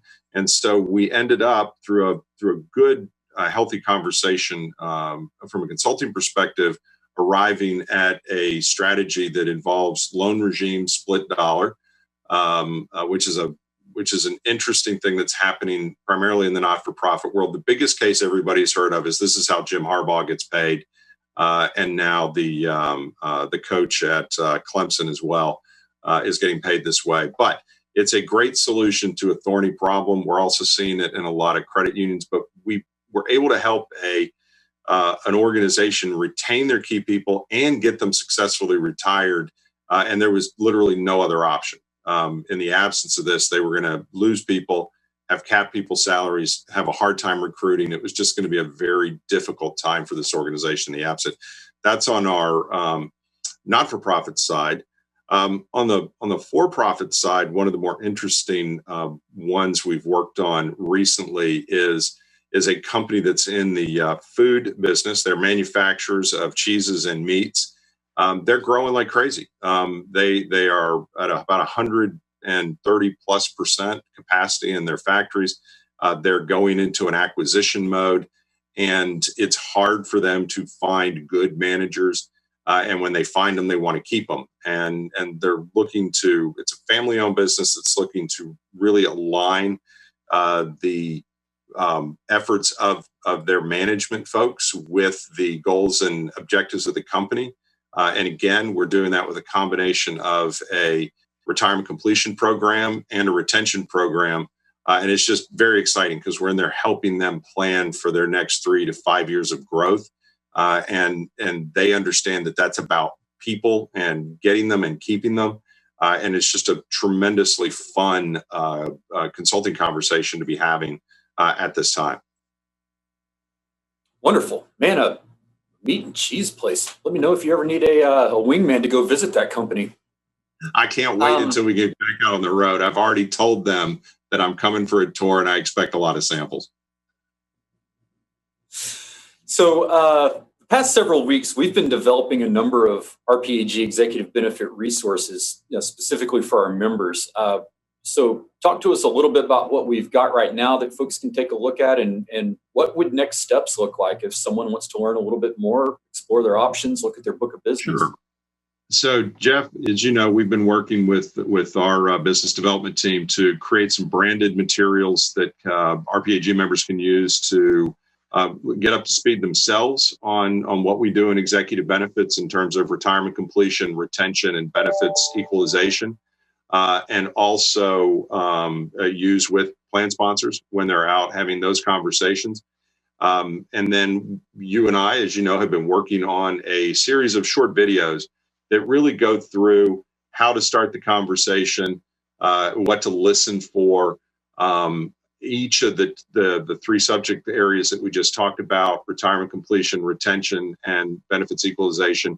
And that's just a start. We're really excited about the footprint we've got with the webpage and the ability to deliver content out. And it's going to be a regular thing. And we'll be letting the membership know, obviously, when we put new stuff up so they can go and take advantage of it as they need. Anytime they want to get to us, and I'll let you do it because you do it better than I do, we've got our RPAG emails, and we always want to talk. I mean, we're always here to have that conversation. Awesome. Well, so we have those four literature pieces and 3 short videos are currently posted in the RPAG booth. So once we go to vendor time later, vendor and partner time later this afternoon, go check those out.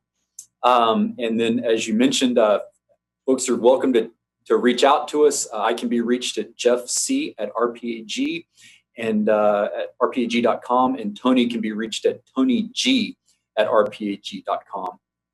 So Tony, thanks for joining us here for the end. Thank you to our audience for joining us for the past 3 days. And while this has been great, to echo a number of other people's sentiments, I cannot wait to get back to seeing all of you in person, which hopefully 2021 is going to allow for. So that's all that Tony and I have for now. But please do stop by the RPAG booth later to chat, ask any questions. And again, this is not the end. We'll see you over in the breakouts here in a few minutes. Thank you very much. Jesse?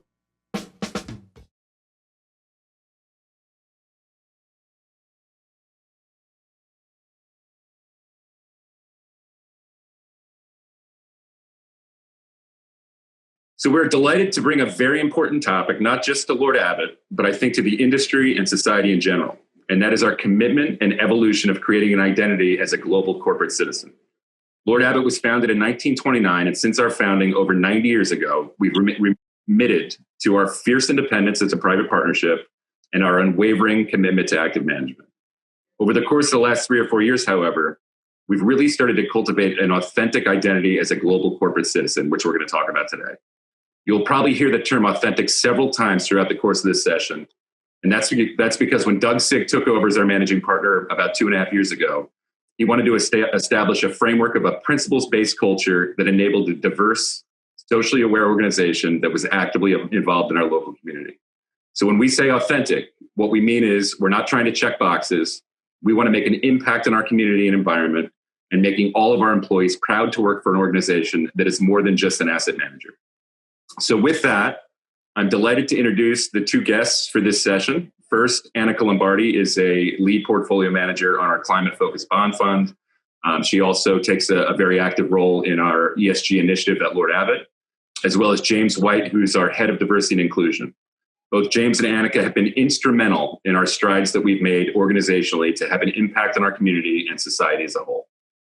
So probably a good place to start is just to define global corporate citizenship and where we see this at play in the marketplace today. So maybe we'll start with James. So when we talk about global corporate citizenship, let's start with the name first. There's not a standard naming convention for these types of initiatives in the marketplace. So you may also have heard of things like social responsibility or global corporate social responsibility. There's all kinds of different naming conventions out there. All of them mean kind of the same thing. And what we're talking about is sort of the organizations who have developed sort of a social consciousness around their responsibility to leverage all of their vast resources in the marketplace to do great things. And so, go back 30 years ago, there was all kinds of debates around the role of companies and shareholder value and revenue. Over the years, as the talent has changed in the marketplace, we know, especially with millennials, junior millennials, and also Gen Z, we know that there's a much more of a greater demand for companies to use those resources. And when we talk about the resources, we're talking about things like talent, like influence, financial resources, influence on the Hill, not just in local communities. But the idea is that we want companies to start to think about how they can leverage all of those resources to drive positive social change. So on that note, James, how does Lord Abbett define global corporate citizenship, and what are some of the contributing factors that shape this approach? Lord Abbett has been very specific when we talk about global corporate citizenship to make sure that this was not a marketing strategy for us. We wanted to make sure that this is much more than just presence on our website. So when we begin to think about what this means to us, some of the things that we started to think about were, first of all, values. That was something really important to us. How can we put our values into work to driving some of that positive social change? And we also thought about the through line, and we talked about the relationship between sort of three pillars, which we actually identified. One of those was diversity and inclusion. The second one was our philanthropic efforts. And then finally, of course, we have our investment vehicles, our products. And we felt it was very important to consider each of these three pillars and how they actually work together toward our global corporate citizenship initiatives. When we talk about diversity and inclusion, for example, we know that certainly diversity makes us a better company, makes us more innovative. We've heard that business case for many, many years now. But we also know when we think about diversity and inclusion through the lens of global corporate citizenship, we also know that this is a human rights issue. And we talk a lot about the fact that, for example, when communities of color can't get good, sustainable jobs in our companies, access to wealth to provide for their families, that is actually fundamentally a human rights issue. So when we look at our diversity inclusion initiatives through the lens of citizenship, that's what we're thinking about. And the same thing holds true with our philanthropic efforts. We think a lot about the investment in solutions to drive, positive social change. Now, right now, especially in 2020, so many companies, to give you a broader example, so many companies are looking at those racial issues with racial equity. And we're thinking not about just writing checks to nonprofit organizations, but we're thinking about how can we actually leverage our resources, investing in long-term 10, 15, 20-year commitments to investing in organizations that are trying to solve for racial inequity. And then, of course, there is the investment front. And I'll leave that to Annika to talk about that. So when it comes to global corporate citizenship and investing, obviously the thing that comes to most people's minds is ESG investing. So ESG, for those of you who aren't as familiar, stands for environmental, social, and governance, which are three key potential risk or alpha pillars that we consider in all our investments. And really, when you take a step back, global corporate citizenship and ESG and investing is really all about sustainability. And as an asset manager that's been around since 1929, so sustainability is really a very important thing that we think about in our investment process. We need to determine if the companies and issuers that we are investing in have sustainable business models, have a sustainable financial profile, and ESG components are really key in determining if a company's business model and financials is in fact sustainable. So are they having either a positive impact on the environment or at the very least not destroying the environment around them? Are they treating their workforce appropriately so that they can retain good workers and have engaged workers? And finally, is their governance structure appropriate so that investors are treated legally and fairly? And is the board actually making the best long-term decisions for that company? So as an investment-led firm, we believe that incorporating ESG metrics into our investment process is incredibly important and a natural fit into our focus on being a good global corporate citizen. Now, one of the ways in which we talk about purpose in the organization, of course, is, obviously you can't just talk about it. You need a framework. You need an infrastructure for that. And so one of the ways in which we talk about purpose in the organization is through the UN Sustainable Development Goals, or SDGs. If you were to Google that on the website, you can see that there are 17 goals there. When you click on each one of those goals on the website, you'll see all kinds of resources that talks about the goals. And the idea is that these 17 goals were defined by the UN so that organizations around the world, local organizations, nonprofit organizations, the business community, so all of us can align our citizenship efforts to play our role in solving for these 17 goals. When you look at diversity, when we think about diversity and inclusion, I think a lot of the research shows that diverse organizations are better organizations. So maybe you could just speak to that and maybe some of your experiences as to how that's actually manifested itself with different companies. When we talk about diversity and why it's a better organization, what we're really talking about is groupthink. And when you have an organization who's primarily one demographic, whatever that demographic is, it really doesn't matter. When you have an organization that's primarily one demographic, you have a lot of groupthink, and there's less difference in perspectives, global perspectives, cultural perspectives that really allow us to challenge each other's assumptions, challenge each other's approach to solving for problems. And it's those challenges that actually will make us a better organization. It makes us more innovative because the different perspectives allow us to see a broader view and how the solution may or may not work in a different environment. So then, just in the broader context of global corporate citizenship, why does it matter? Why is it such a major initiative across the industry, but particularly with Lord Abbett? When we talk about global corporate citizenship, one of the things that we know absolutely, and we hear this from so many different directions, is that the organization, leveraging their resources to make, drive positive social change. We hear this all the time from junior recruits.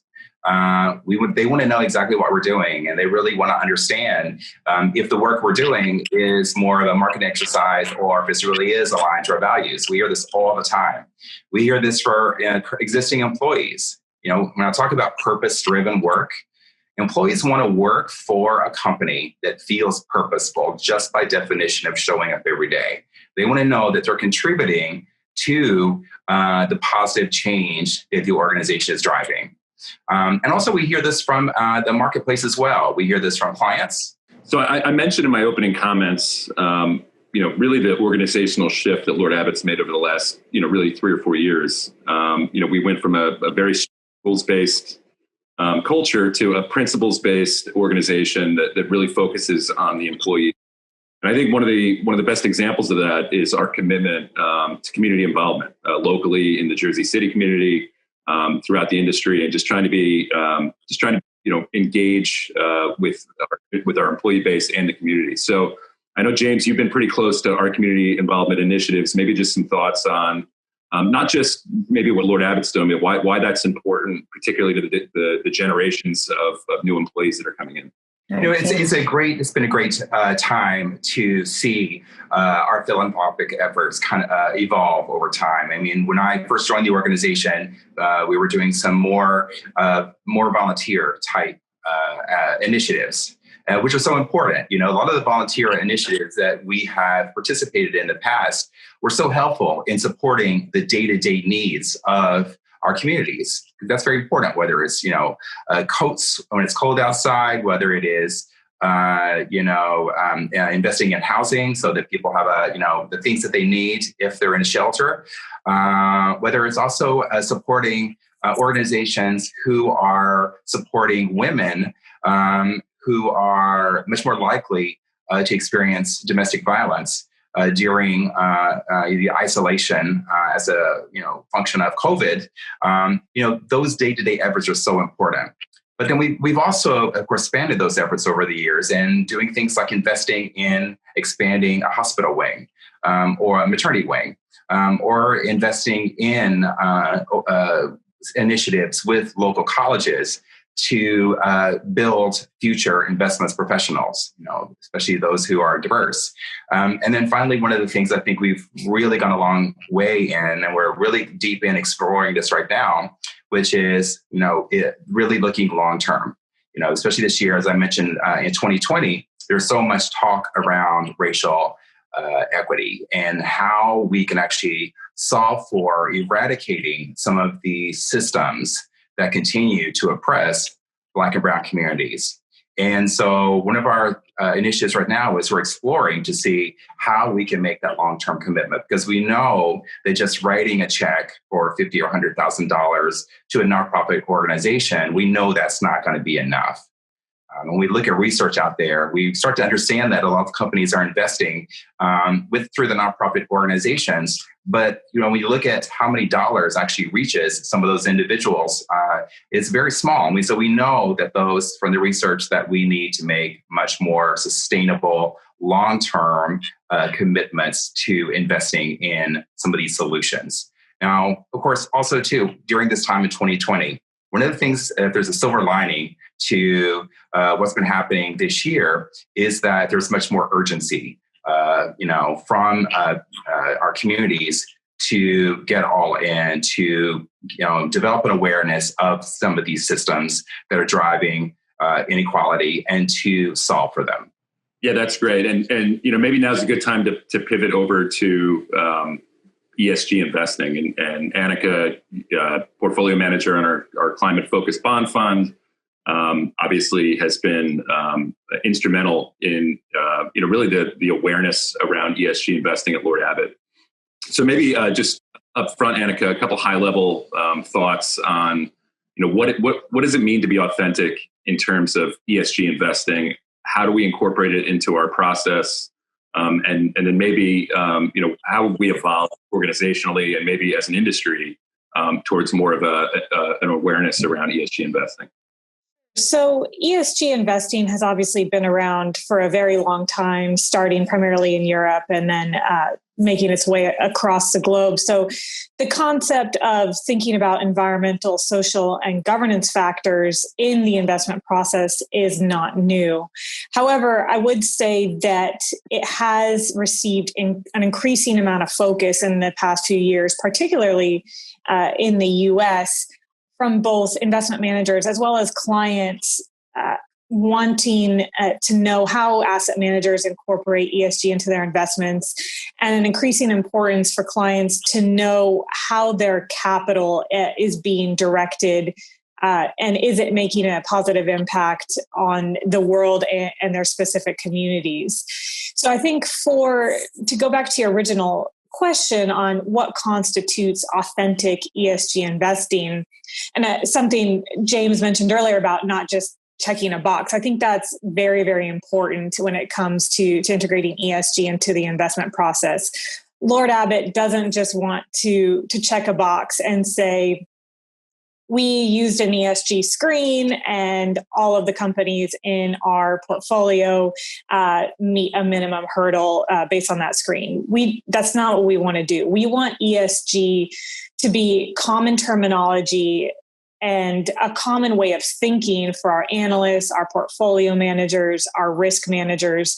We want our analysts and investment professionals to really understand deeply how environmental factors can potentially impact the enterprise value of the companies they are investing in, how social factors such as labor treatment, how companies are compensating their workers, how companies are providing healthcare for their workers, how that could potentially impact the long-term sustainability of certain business models. And same thing goes for governance. We want that to be so ingrained in the research process that these aren't just, a box check at the end of an investment process, but that they're really incorporated throughout the life cycle of our investment analysis.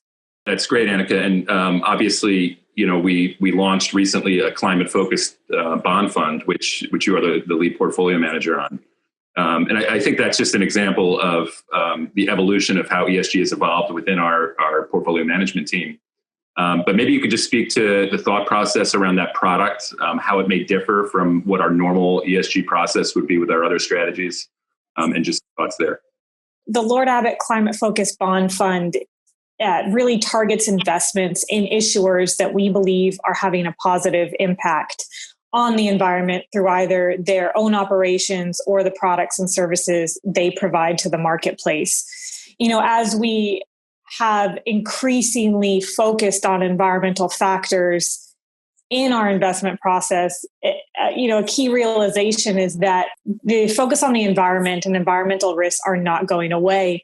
And that there's actually quite a lot of opportunity to invest in companies that are providing a solution to the marketplace, whether that be renewable energy, electric vehicles, energy metering, or water treatment solutions, as well as the fact that from a financial perspective, sustainability is really turning into something that's a key profit driver for companies.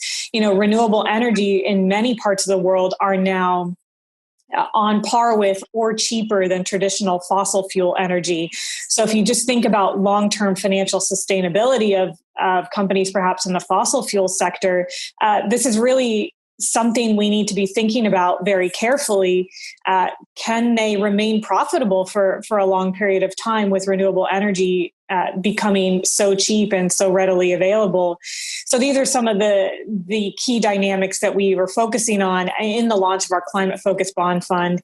And we believe that opportunities within the sustainable investing space will only continue to increase, which is why we're very excited about this opportunity.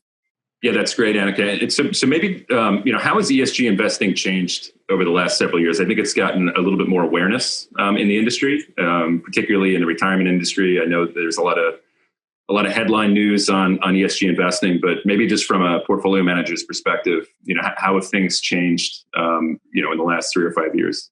Yeah, it's definitely changed very rapidly over the past several years. I've been doing ESG for close to 10 years now, and I'd say the past 3 to 4 years have seen the fastest acceleration of ESG integration into most asset managers' process that I've ever seen.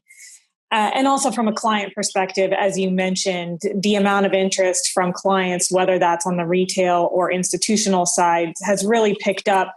As there's more social awareness about how our capital can either fund harmful or beneficial business practices, more and more clients want to be sure that their investments are funding positive trends in their communities and the world as opposed to harmful ones. On the investment side, I would say the key development that I've seen recently is an increased focus on environmental and social aspects in the ESG investment process. So governance has always been something that most asset managers place very high importance on. But with the recent developments, just social unrest, discussions of racial equity in the US, the social aspect this year in particular has become very, very important. And you've actually seen headlines around issuers that are related to social aspects, how they treat their workforce, what are their diversity policies, what is their board composition. Negative headlines around these topics have started to impact equity and bond valuation more than we have seen in the past. So I think that's one development that has really accelerated this year and we expect to continue. And then on the environmental side, the environment and climate change has been a focus for some time, but that also seems to be accelerated recently. One of the aspects I mentioned earlier was that renewable energy from a cost perspective is now on par in many parts of the world or cheaper than fossil fuels. And that's really sparked a conversation around how sustainable our financials and business models in the energy sector for companies that don't have exposure to renewables. Same thing in the automotive sector. With the advance of electric vehicles, are companies that don't have exposure there, are they sustainable? Can they continue to operate profitably? So I'd say for me, the biggest change by far has been increased focus on the E and S pillars of ESG. I think from an advisor's perspective, when they think about ESG, the challenge has been there's no uniform understanding of how to evaluate individual names, individual securities. There's no universal standard, at least from an advisor's perspective. Do you have any thoughts maybe moving forward? Is there going to be more generally accepted, acceptable ESG metrics that all asset managers will use to help define that? So that's a great question, Steve. And you're right, the lack of uniformity in defining what is ESG, how to incorporate it into investing, what are the key metrics to look at, and even uniformity around reporting those key metrics has been something that the industry has struggled with a bit for the past few years. I would say that there has been an increased amount of effort to define certain aspects around ESG. So you have had several global organizations come out to try and define standards around ESG reporting. Some examples of that are SASB, as well as TCFD, which is the Task Force on Climate-Related Disclosures. You also have now several standardized frameworks for green bond issuance and green bond reporting. So you do have these global and industry-wide organizations that are attempting to really define standards here. But from my perspective, I do think we need standards around company reporting, around key metric calculation and definition. But I also believe that we should leave some of the analysis up to the end asset manager, and the client can then determine whether or not they agree with their framework. Our view at Lord Abbett is that we need to be sure that we are accurately accounting for potential ESG risks in the issuers that we look at, and make sure that we are getting the best risk-adjusted returns for those E, S, and G risks. The way that asset managers may define that could be different based on each analyst's knowledge of the company as well as the industry. So I do think there is some room for asset managers to define their own process and how they incorporate ESG. But over time, I would expect much more transparency as well as alignment in the actual metrics that they're using to input in their investment process. So Annika, that's great. And you mentioned alpha. And, I think particularly with some of the recent headlines, there's always the question of, are you basically giving up some alpha in order to invest in ESG products? So maybe just a thought on, what does the universe look like? You could speak to the client-focused bond fund, but maybe just in general, how much opportunity is eliminated after you go through various ESG screens? Yeah, so that's the tough question, and one that I don't unfortunately think there's an easy answer for, given that each manager's ESG process can vary asset manager by asset manager. They may be excluding different things. They may be weighting certain ESG factors more heavily. So I don't think there's an answer that I can use or that I have to answer that across all asset managers. I can speak to our climate-focused bond fund in particular, which does focus on investing in issuers that we believe have a positive impact on the environment. By definition, that does exclude some of the fossil fuel companies within the fossil fuel sectors, as well as companies in industries like tobacco or gambling. So you could, in any given in any given time period, potentially underperform if, say, oil really rallies or gambling companies have a really good quarter and outperform the market. But our view, and just going back to the focus on sustainability, our internal view is that trends like renewable energy, energy efficient transportation, these things are not going away. You've seen massive growth just in the past couple of years. And our view is that will continue, driven both by consumer demand as well as regulation. In Europe, you've had an extensive amount of regulation passed recently to curb emissions and to promote the transition to a more sustainable economy, whether that's renewable fossil fuels or providing tax incentives to purchase electric vehicles. So really, these trends are being pushed from both a consumer and regulatory perspective.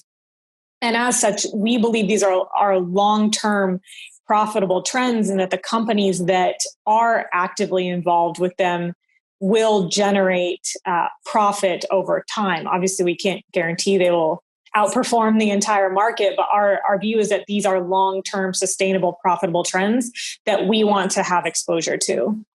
So I think what we've spoken about today is there's a lot of different ways to define what it means to be a global corporate citizen, and obviously the theme that we've been talking through is authenticity. Is it authentic? And I can just tell you from Lord Abbott's perspective, it has been a meaningful initiative at the firm. Culturally, our community involvement, awareness, our efforts around diversity and inclusion, and then that cascades its way to our investment process in terms of our ESG. So maybe just as we look forward in the next couple of years, James, do you have any thoughts on what might be coming down the pike for Lord Abbott in terms of how we're continuing to think about our impact on our community and on the environment?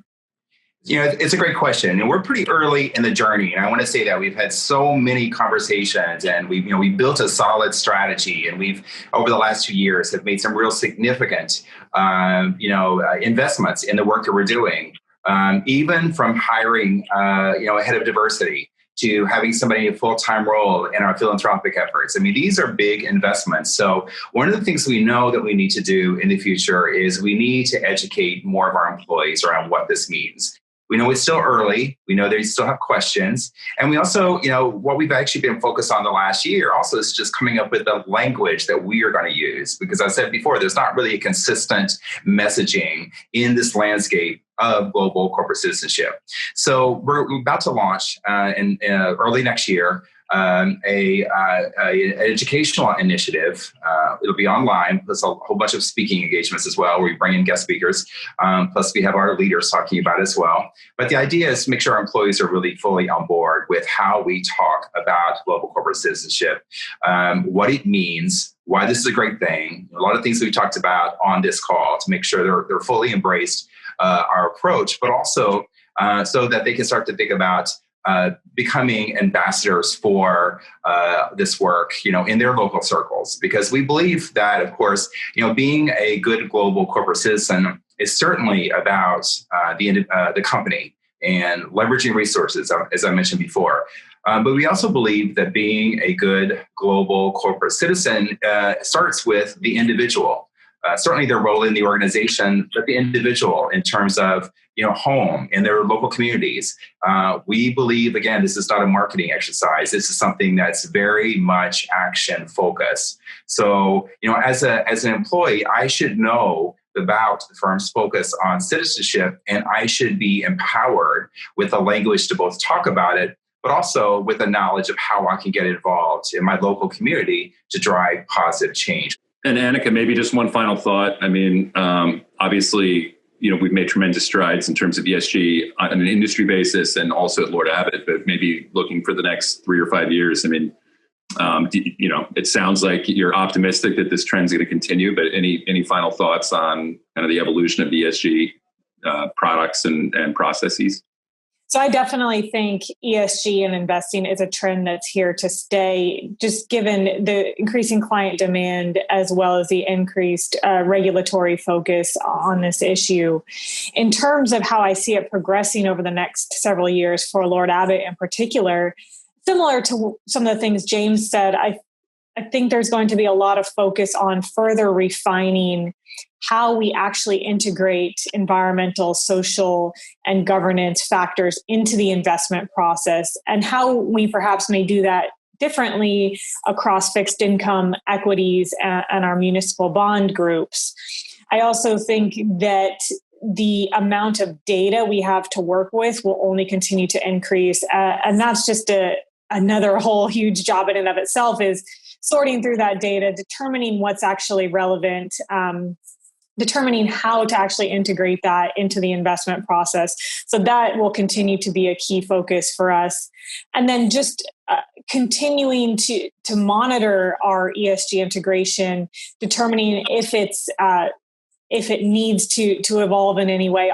At the end of the day, our primary goal is to generate the best risk-adjusted returns for our clients. So anything we can do on the ESG side to improve in that area is going to be a huge focus for us.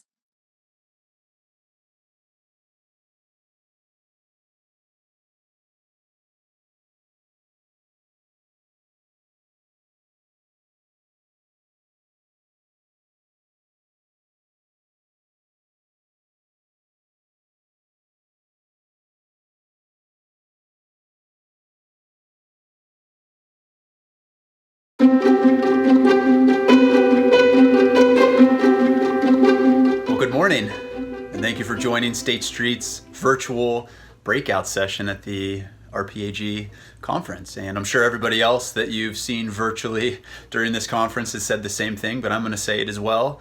It is a bummer not to be in person, to be able to interact with everybody, and obviously enjoy the sights and sounds of Dana Point at the Ritz-Carlton like we do every year. But again, thanks for joining, taking some time. And for those of you that don't know me, I'm Justin Wilson with State Street Global Advisors. I'm the Senior Retirement Director based in Denver, Colorado. I cover the Rockies West. And really, Senior Retirement Director just means I'm the DCIO wholesaler. And for those of you that I haven't met, welcome. Nice to meet you virtually. This isn't very interactive because we're virtual. So think of it more as a rhetorical question. Who out there remembers the TV show Mythbusters?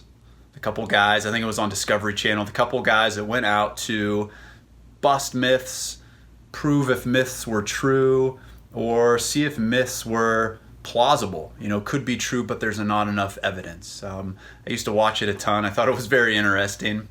And a couple of the episodes I remember the best are myths that, probably still a lot of people think are true to this day. How about the Empire State Building myth, where if you drop a penny off the Empire State Building, it'll kill a human being, right? Mythbusters guys, they busted that one pretty quickly. Not true at all. Or human beings only use 10% of their brain. Mythbusters guys busted that as well. We use 35 to 40% of our brain. We use 10% of our brain when we're not even active, sleeping. So I bring this up because the title of my presentation is Dispelling the Myth. Index investing is all the same. So we're here to bust some indexing myths. And State Street Global Advisors is a $3 trillion firm, third largest in the world, and most of our assets and what we do really well is index investing. Now, this presentation isn't about active versus passive, what's better, what's not. It's really just to get our heads wrapped around a few different areas of index investing that we believe aren't focused on very much. And the reason we want to talk about this is because 10 years ago when defined contribution plans, really only 40% of defined contribution plans even offered index investing, just 10 years ago, if you can believe that. Today, over 90% of defined contribution plans offer indexes within the investment menus. I'm sure most of you advisors and consultants out there, I'm sure all of you have indexing in the plans. And we talk a lot about this at State Street. Again, this isn't to push State Street product or active versus passive, but for those active funds, especially for you RPAG members, which is everybody in the audience virtually right now, you're very familiar with the RPAG scorecard and the due diligence and the different factors and variables that go into vetting out active managed funds. Well, we use all of those variables as well when it comes to indices, but typically we're not looking at them as closely as we do the active managers. Typically when it comes to the indexed funds, we're looking at what asset class does it fall into and what are the fees. So that's what we're getting into today. Is we're really looking to bust some myths around indices to really help with your due diligence process and really to help with your conversations with committees and plans moving forward. And the four areas of the four myths that we're going to bust are all indices are the same. Then we're going to hit on all index managers are the same. And then index vehicles are all the same. And then lastly, index-based target dates are all passive. So those are the four topics we're going to hit on, bust those myths. So let's start with all indices are the same. As you can see in the slide, we have a nice mythical character, which is a mermaid, obviously, but all indices are the same. I'm going to start with this slide that is the US index market cap coverage. And I love showing this slide. So this is just domestic equity and the different index families that are out there. We have Russell, we have the S&P, we have CRISP, and obviously Vanguard uses CRISP, so we throw that in there. Really what this slide paints a nice picture of is, we'll start with the Russell 3000. That's pretty much the total investable universe for domestic equities, the largest 3,000 stocks out there. It's 99% of the investable universe. Russell's broken down between the Russell 1 and the Russell 2 as well, the Russell 1000 and the Russell 2000, so large caps and small caps. If you were to utilize, or a committee or a plan sponsor was to utilize the Russell family of indices, and they want a large cap, a mid cap, and a small cap in their defined contribution investment menu, you'll see that that second column over with the Russell mid cap index, it's actually a 25% overlap of the Russell 1000. So it's pretty redundant. If there's a participant that invests in large, mid, and small with Russell indices in a plan, their mid-cap exposure is doubled up. They may know that, they may not know that, but I think a lot of folks probably don't know that. And then if we move to the S&P, so you have the S&P 5, S&P 4, and S&P 6, there's no redundancies, there's not any overlap, but the bottom part of the small cap universe when it comes to the S&P, it's missing about 6%. So if you want true broad investment or index exposure using the S&P, you're really missing that bottom 6%. I mean, you could be missing the next small caps that rise and grow into mid caps and then turn into large caps. I'm not saying that we should or shouldn't use Russell or we should or shouldn't use S&P. I'm just showing that this is a really good slide to have that conversation with committees and sponsors that are acting as fiduciaries. This is the coverage, or this is the overlap. And another idea that we see in the institutional space a lot is to break it up into two different vehicles, the large and small.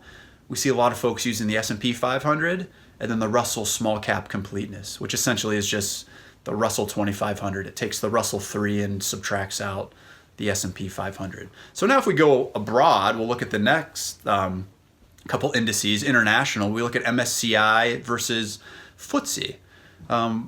We'll see that between MSCI and FTSE, there's differences of, makeups of different countries, whether it's South Korea or Poland. You'll see that MSCI doesn't even have exposure to that, but FTSE does. I'm not here to say that we should or shouldn't have exposure to South Korea or Poland. I don't have a stance on it.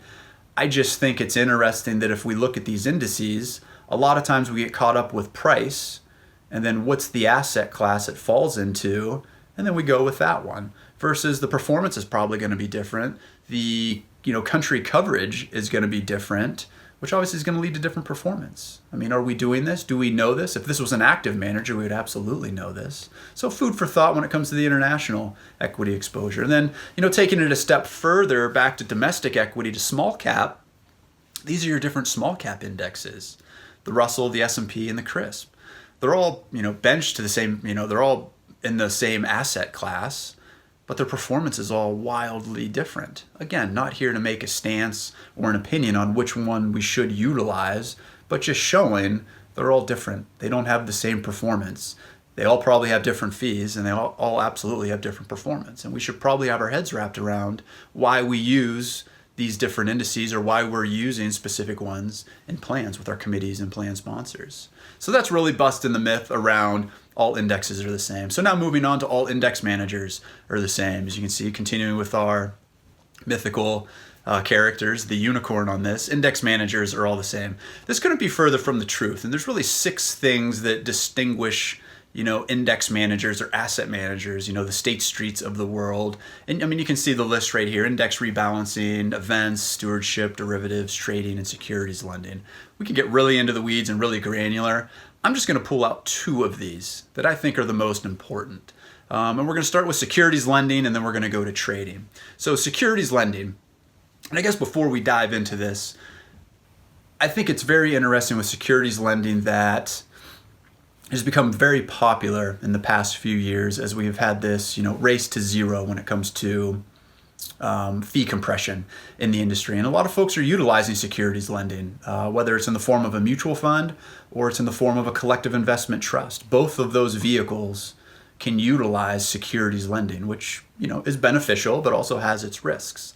And again, a question, I guess a more rhetoric question, because we are virtual, is how many folks that are tuned in right now that utilize securities lending, for their different index managers within their plans for committees and sponsors?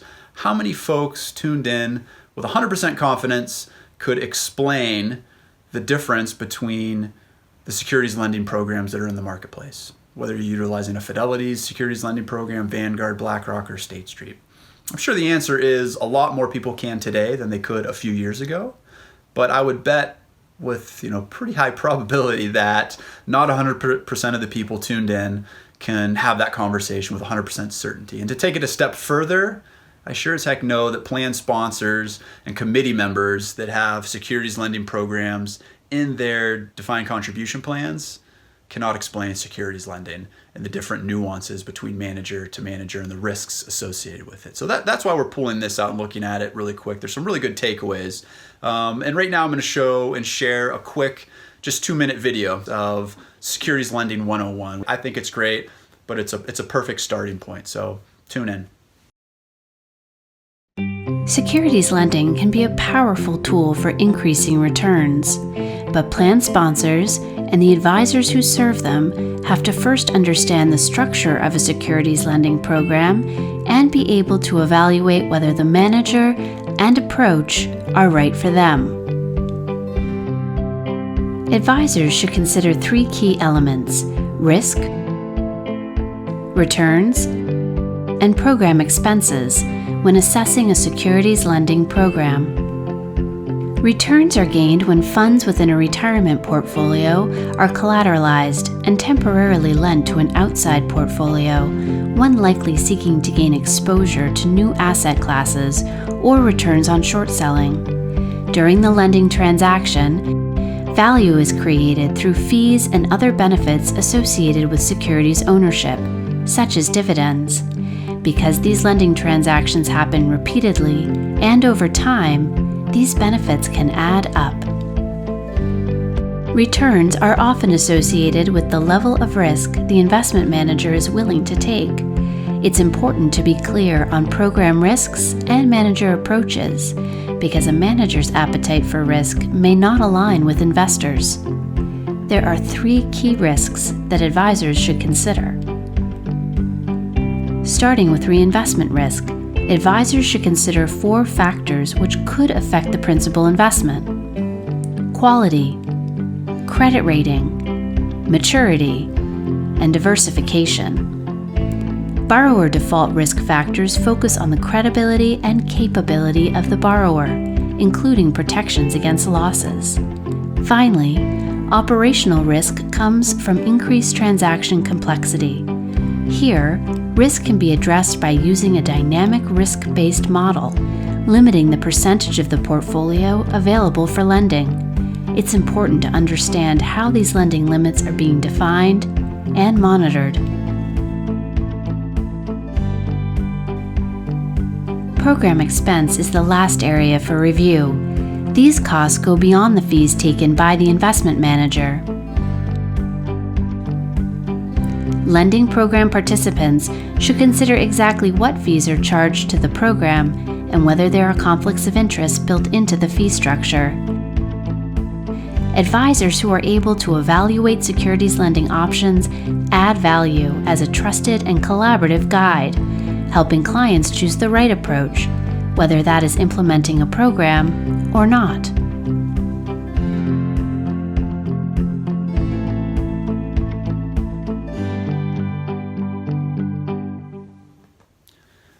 So obviously the securities lending video I think is great from a 101 standpoint and covers a lot of really good things. But me as a whole, the DCIO wholesaler, the retirement director, out there talking with consultants and advisors every day, and even having some conversations with, sponsors and committee members that utilize our securities lending program. I think there's 3 questions that as a fiduciary with regards to securities lending, we need to know the answers to. And those three questions are, what does the cash collateral pool look like? How much of the portfolio is out on loan? And then what is the fee split? The fee split of the securities lending revenue that is generated, how is that split between shareholders and then the asset manager? How much is the house keeping with regards to that fee split? So let's go into, we're going to start with the cash collateral pool. And State Street has a lot of really good resources to support your clients and also you with regards to this topic. I mean, we have a white paper that we go very, very deep, a mile deep into securities lending and the things we need to look at, the risks that are associated with it, etc. Then we have an executive summary. The executive summary is great. It's granular, but it's not as much as a deep dive. So sophisticated, I think committee members like it a lot. And then we have the fact sheet. The fact sheet is what just popped up, and you can see that pie chart right now on this slide. That is the cash collateral pool, and essentially what our fact sheet does for our securities lending vehicles, specifically collective investment trusts. What that does is our fact sheet answers those three questions. What's the cash collateral pool look like? How much is out on loan? And what's the fee split? And we do this for the collective investment trust because this isn't public information. With regards to mutual funds, you can find all of the information publicly for the securities lending programs in our mutual funds or Vanguards or BlackRock, whoever it is, because the SEC says you have to make this public. So it's in the prospectus. It can be tough to find. It's super granular. Collective investment trusts, these are for institutional investors only. This isn't public information. So a lot of folks decide, a lot of managers, asset managers with their lending programs decide not to really disclose really what's going on with their securities lending program, starting with the cash collateral pool. It's kind of like a black box. Nobody really knows. So what I urge everybody to do is if you are utilizing securities lending through a collective investment trust, make sure you know the answers to those three questions, starting with cash collateral pool. And really the cash collateral pool, we went through it in the video very quickly, but the cash collateral pool is the collateral that State Street receives for the securities that they lend out to a third party. So an institutional investor needs to borrow securities for short positions they have in the marketplace. They come to State Street, they want $1 million of it.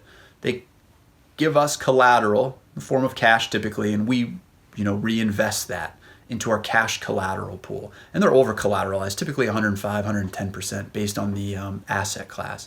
So within that cash collateral pool, around CITs that are registered with the OCC, there's not a lot of rules. I mean, you can really kind of do whatever you want. It's almost the Wild West. I mean, there's not really limitations when it comes to duration exposure or credit quality exposure. But at State Street, we are very transparent. We are big believers that we have a mutual fund lending program that has to follow SEC rules and protocol, which is pretty stringent.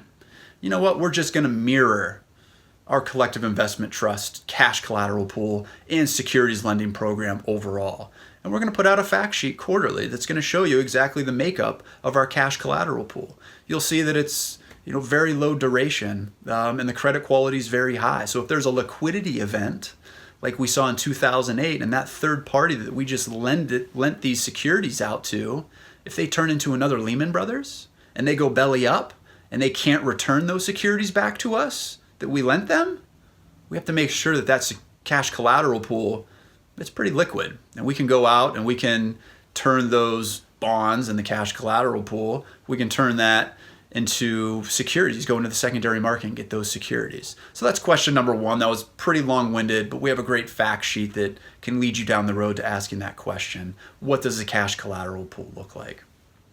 Secondly, the next pop out is what percentage of your securities are out on loan in your portfolio?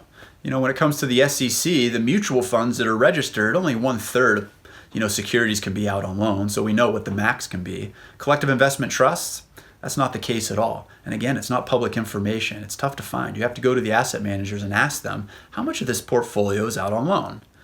At State Street, we have about 20 to 30% out on loan with our different portfolios. You can see, we mirror our mutual fund program. There's other asset managers out there that may have a, inflation protected vehicle that has 80% out on loan. So I think it's a very important question to know. Again, not saying that that is risky and there's too much risk associated with it, we are here at State Street just to say, we think there needs to be transparency, and we think there needs to be a better understanding of what is going on with regards to the securities lending program, including how much of the securities are out on loan. So I think it's a great question to ask. And then lastly, we don't have anything right here on the fact sheet. It actually says it in the fine print. What is your fee split with regards to how much of the securities lending revenue goes back to the shareholders versus how much stays with the asset manager? How much does the house keep? And we say securities lending revenue. There's two ways that we can make money with securities lending. We lend those securities out to that third-party institution. They pay for that. They pay basis points for that for, overnight lending rates. So that's one. And then secondly, the cash collateral pool that we reinvest the cash for collateralization into, that picks up a yield. So that's the second thing. So when you put the yield and you put the cost to lend these securities out or borrow these securities, that's what we call, the securities lending revenue. And then every asset manager has a different split. How much does the house keep? Well, at State Street, the house keeps 30%. 70% goes back to the asset or the participants or the shareholders. Some managers are a 65-35 split. Some managers are a 50-50 split. It all depends. But again, it's kind of that black box with CITs. You have to go to the asset manager. You have to ask the questions to understand it. So I urge, get the answers to those three questions if you're utilizing collective investment trusts that have a securities lending program. Now on to trading. We're going to flip to the next slide, which is the power of internal cross-trading capabilities. And what do I mean by this? This is a way that asset managers really can distinguish themselves with regards to their depth and breadth, their scalability, their sophistication with regards to cross-trading capabilities.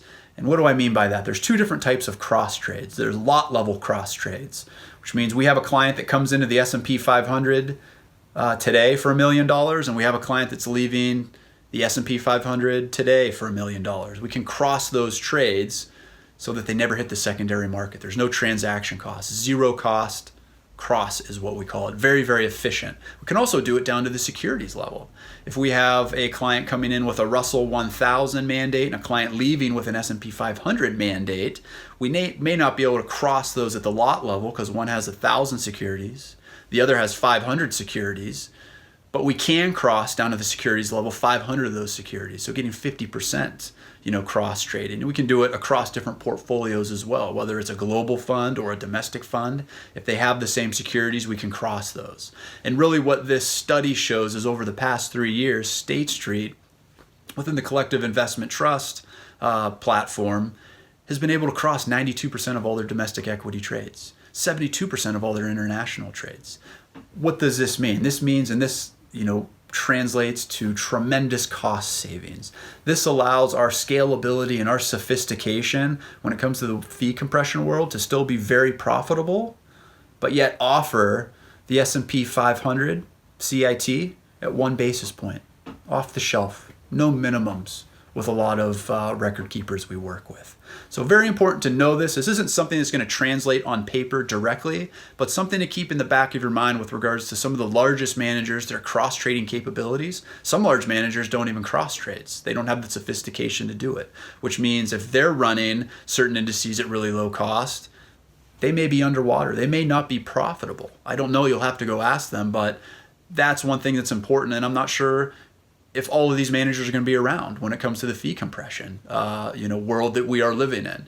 But the cross-trading capabilities is very, very important to, distinguish and separate, different asset managers. So there, now we have busted the myth that all index managers are the same by talking about just the securities lending and the cross-trading capabilities, which I think are the most interesting, but also the most impactful.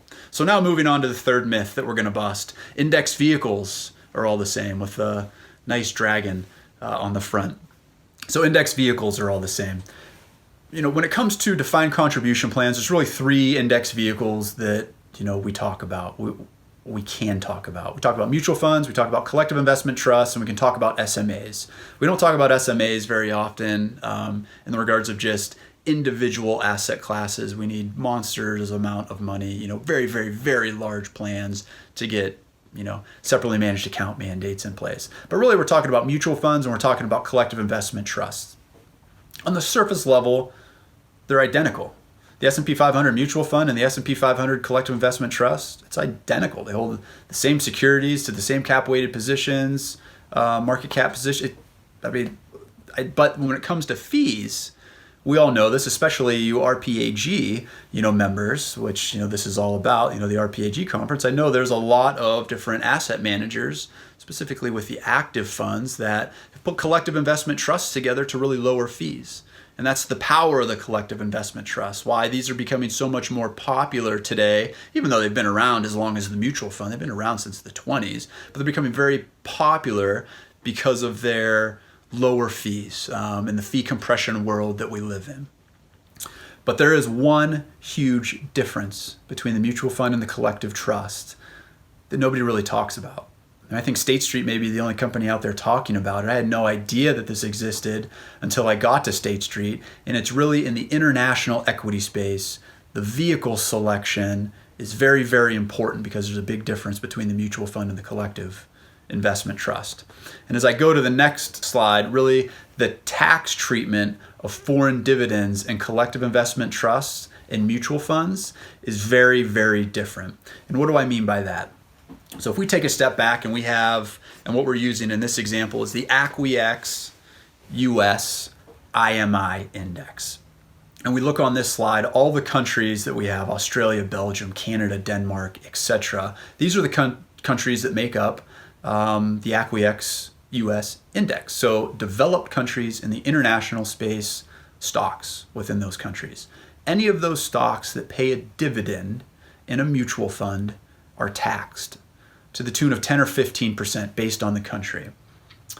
Now the shareholder doesn't have to do anything, the participant doesn't have to do anything with regards to reporting those taxes or 1099s, etc. The asset manager's custodian does all the accounting for that. And actually the benchmark, the MSCI ACWX US IMI benchmark that you see on Morningstar, it's a after-tax benchmark when it comes to the performance. The IRS looks at mutual funds and says, we're taxing these foreign dividends because mutual funds can be in anybody's account. It can be in an ERISA account, it can be in an IRA, it can be in a non-qualified account with money that Justin Wilson has that he inherited. The taxes have already been paid on. But the IRS says, we're not going to look through and see exactly which shareholders in these funds are in ERISA, tax qualified accounts. So we're just going to tax all these foreign dividends and we're just going to net it out and everybody's going to be treated equally. Well, in collective investment trusts, that's not the case. I couldn't be further from the case. And the reason is the IRS knows that collective investment trusts are commingled ERISA vehicles. They are for ERISA accounts, defined contribution plans only, solely. That's the only people that can invest in collective investment trusts. So the IRS, knowing that these are in qualified defined contribution plans, do not tax those foreign dividends. And what this chart shows, if you really go into the weeds and look at it, the mutual fund tax rate, the difference in the tax rate between the CIT and the mutual fund, what does this work out to with this in the sense of impacted yield that we would be gaining each year by not being taxed on these foreign dividends? And as I click to the next pop out, the impact last year in 2019 was 16 basis points. So what do I mean by that? I mean that if you were to take the MSCI ACWX US mutual fund and lay it on top of the ACWX US CIT, the CIT would outperform by 16 basis points. Not would, it did. And that has nothing to do with investment sophistication or savviness or scalability or anything else with regards to asset management. It's purely vehicle selection. And this isn't a State Street thing. We just talk about it a lot. This is with every single asset manager's collective trusts versus mutual funds in the developed international equity space. So I think we get caught up a lot, and committees and sponsors get caught up a lot on choosing the lowest cost index in the international space when it comes to asset managers, and it could be a half a basis point difference, 1 basis point, etc. We're looking to save on that when the reality is we could be adding 16 basis points of attribution just by selecting the correct vehicle. We're jumping over dollars to save pennies. So I would argue that with regards to this entire presentation, everything I talk about, this may be one of the best and key, most beneficial points you can take away and implement into your conversations with some sophisticated committees, larger plans tomorrow. We should be looking at vehicle selection in the international space because of the foreign tax dividend treatment, period. Has nothing to do with the asset manager. Has nothing to do with sophistication or investment savviness. Vehicle selection, foreign tax treatment. So I think that's very, very interesting. And that busts the myth that all index vehicles are the same, as we can clearly see in the international equity space. All right, so moving on to the last topic, which is arguably my favorite topic, my favorite myth to bust, something that is very near and dear to my heart. For those of you that know me and that are familiar with State Street, State Street's probably biggest franchise and bread and butter franchise, if you will, in the defined contribution space is our index-based target date series. And the myth that we run into a lot and we try to bust all the time, especially with committee members and plan sponsors, is that index-based target date funds are passive. It couldn't be further from the truth. There is very, very serious active decision-making going on behind the curtain with all index target date funds, not just State Street. And the few examples I use, how are you going to do in equity down market turn? Like, how are your folks managing fixed income? Well, the reality is when we look at an asset allocation and target date funds specifically, there's an old study out there, statistically it still holds water, that when you put an asset allocation together, 90% of the alpha you generate with your asset allocation comes from the asset allocation. What are your splits between stocks and bonds? Your splits between domestic and international. 90% of the alpha comes from the asset allocation. 10% of the alpha comes from your security selection. So I think you'll actually see, doing your due diligence, and obviously you have the RPAG scorecard, when it comes to State Street and a lot of the other index managers, we don't have a beta of 1. And I think you'll see that. I mean, specifically, if you look at Q1 of 2020, there's a lot of index managers, including State Street, on average across all their vintages, did really well. They don't have a beta of 1. So take a look at that. But I'm going to use a couple examples of really showing, and this could be shared with committees and sponsors as well, of just debunking that myth that we're passive. I mean, there's a lot of active decision making going on. And this is just I call it a mountain chart or a sand chart of what State Street's glide path looks like with regards to the asset allocations rolling down the glide path. You can see that there is not one allocation that is passive, meaning it is static and it doesn't change. It is very, very, very active with regards to how our glide path is constructed. Yes, the underlying investments, they are passive. They are index-based. But that's also how we can keep our costs really low. Our mutual funds, 9 basis points, collective investment trusts, 8 basis points off the shelf. But moving on to another example, we take it a step further.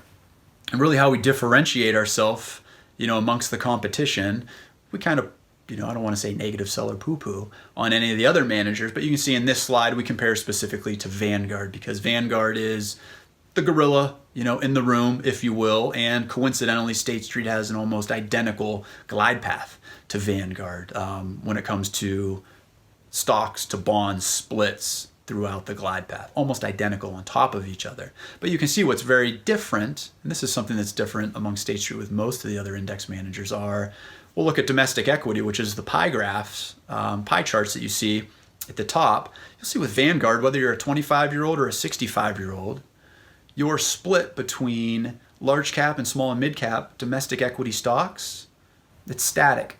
It's at 80-20. It doesn't change. Same split, whether you're 25 or you're 65. Yes, you have more stock at the beginning and less stock at the end, but still, the allocation, the split stays the same. State Street, we do it different. We believe it makes sense to overweight small and mid caps for your younger participants. They carry more risk, but but they also carry more possibility for return. And a 25-year-old can afford to take that risk. We dial it back and we structurally underweight small and mid caps for your 65-year-old participants. We believe, intuitively speaking, it makes sense to dampen the risky securities or equities in the portfolio for older participants.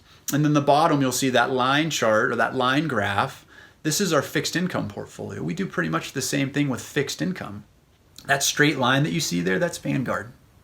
Static. Whether you're 25 or 65, your investment grade fixed income duration is static. It's the same. It doesn't change the duration. We take a complete opposite stance. We believe that our younger participants should have longer dated government bonds, and we will dial back duration as we roll down the glide path, eventually lower than the Barclays aggregate. And the reason we do this is because a 25-year-old or a 35-year-old has 90% equities, 10% fixed income. You'll see, and we saw it again in Q1 of 2020, when we see sharp equity market sell-offs and your participants have 90% equity exposure in their portfolio, what is the most inversely correlated asset class you could possibly imagine? It's long-dated government bonds. So when we see sharp sell-offs, and we saw it in 2008, we saw it in Q1 of 2020, long-dated portfolios hold up really well because we have long-dated bonds. But we do the exact opposite when it comes to 65-year-olds. We believe that having almost 70% fixed income exposure at retirement, that's a really big risk that we're taking on duration, so we're going to dial it back. So just further showing that all index funds, index target date funds, they're not passive. Very, very active decision making going on, just as much, if not more so, than true active managers.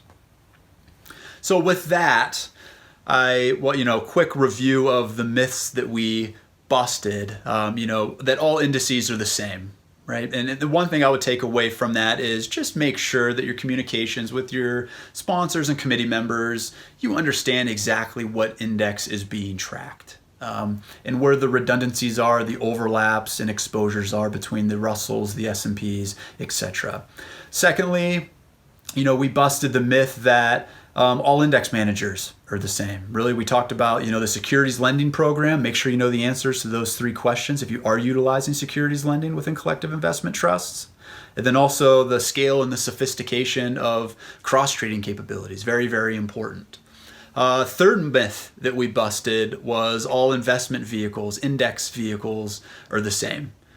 We clearly saw with the foreign dividend tax treatment, this couldn't be further from the truth with collective investment trust. I think that could be the one takeaway that you can implement into your conversations tomorrow, is just having that vehicle selection in the international equity space. And then lastly, we busted the myth that index target date funds are passive. We know that they don't have a beta of 1, and we know that alpha comes from the asset allocation, not as much as it comes from the securities selection. And take a look at that RPAG scorecard. I think you'll be impressed with State Street's 9 and 10s across the board at a really low cost. So with that, I'm glad everybody could join my myth busting session. I will thank you again, and I think we're going to turn it over for some virtual interactive Q&A if anybody has questions. Thanks again.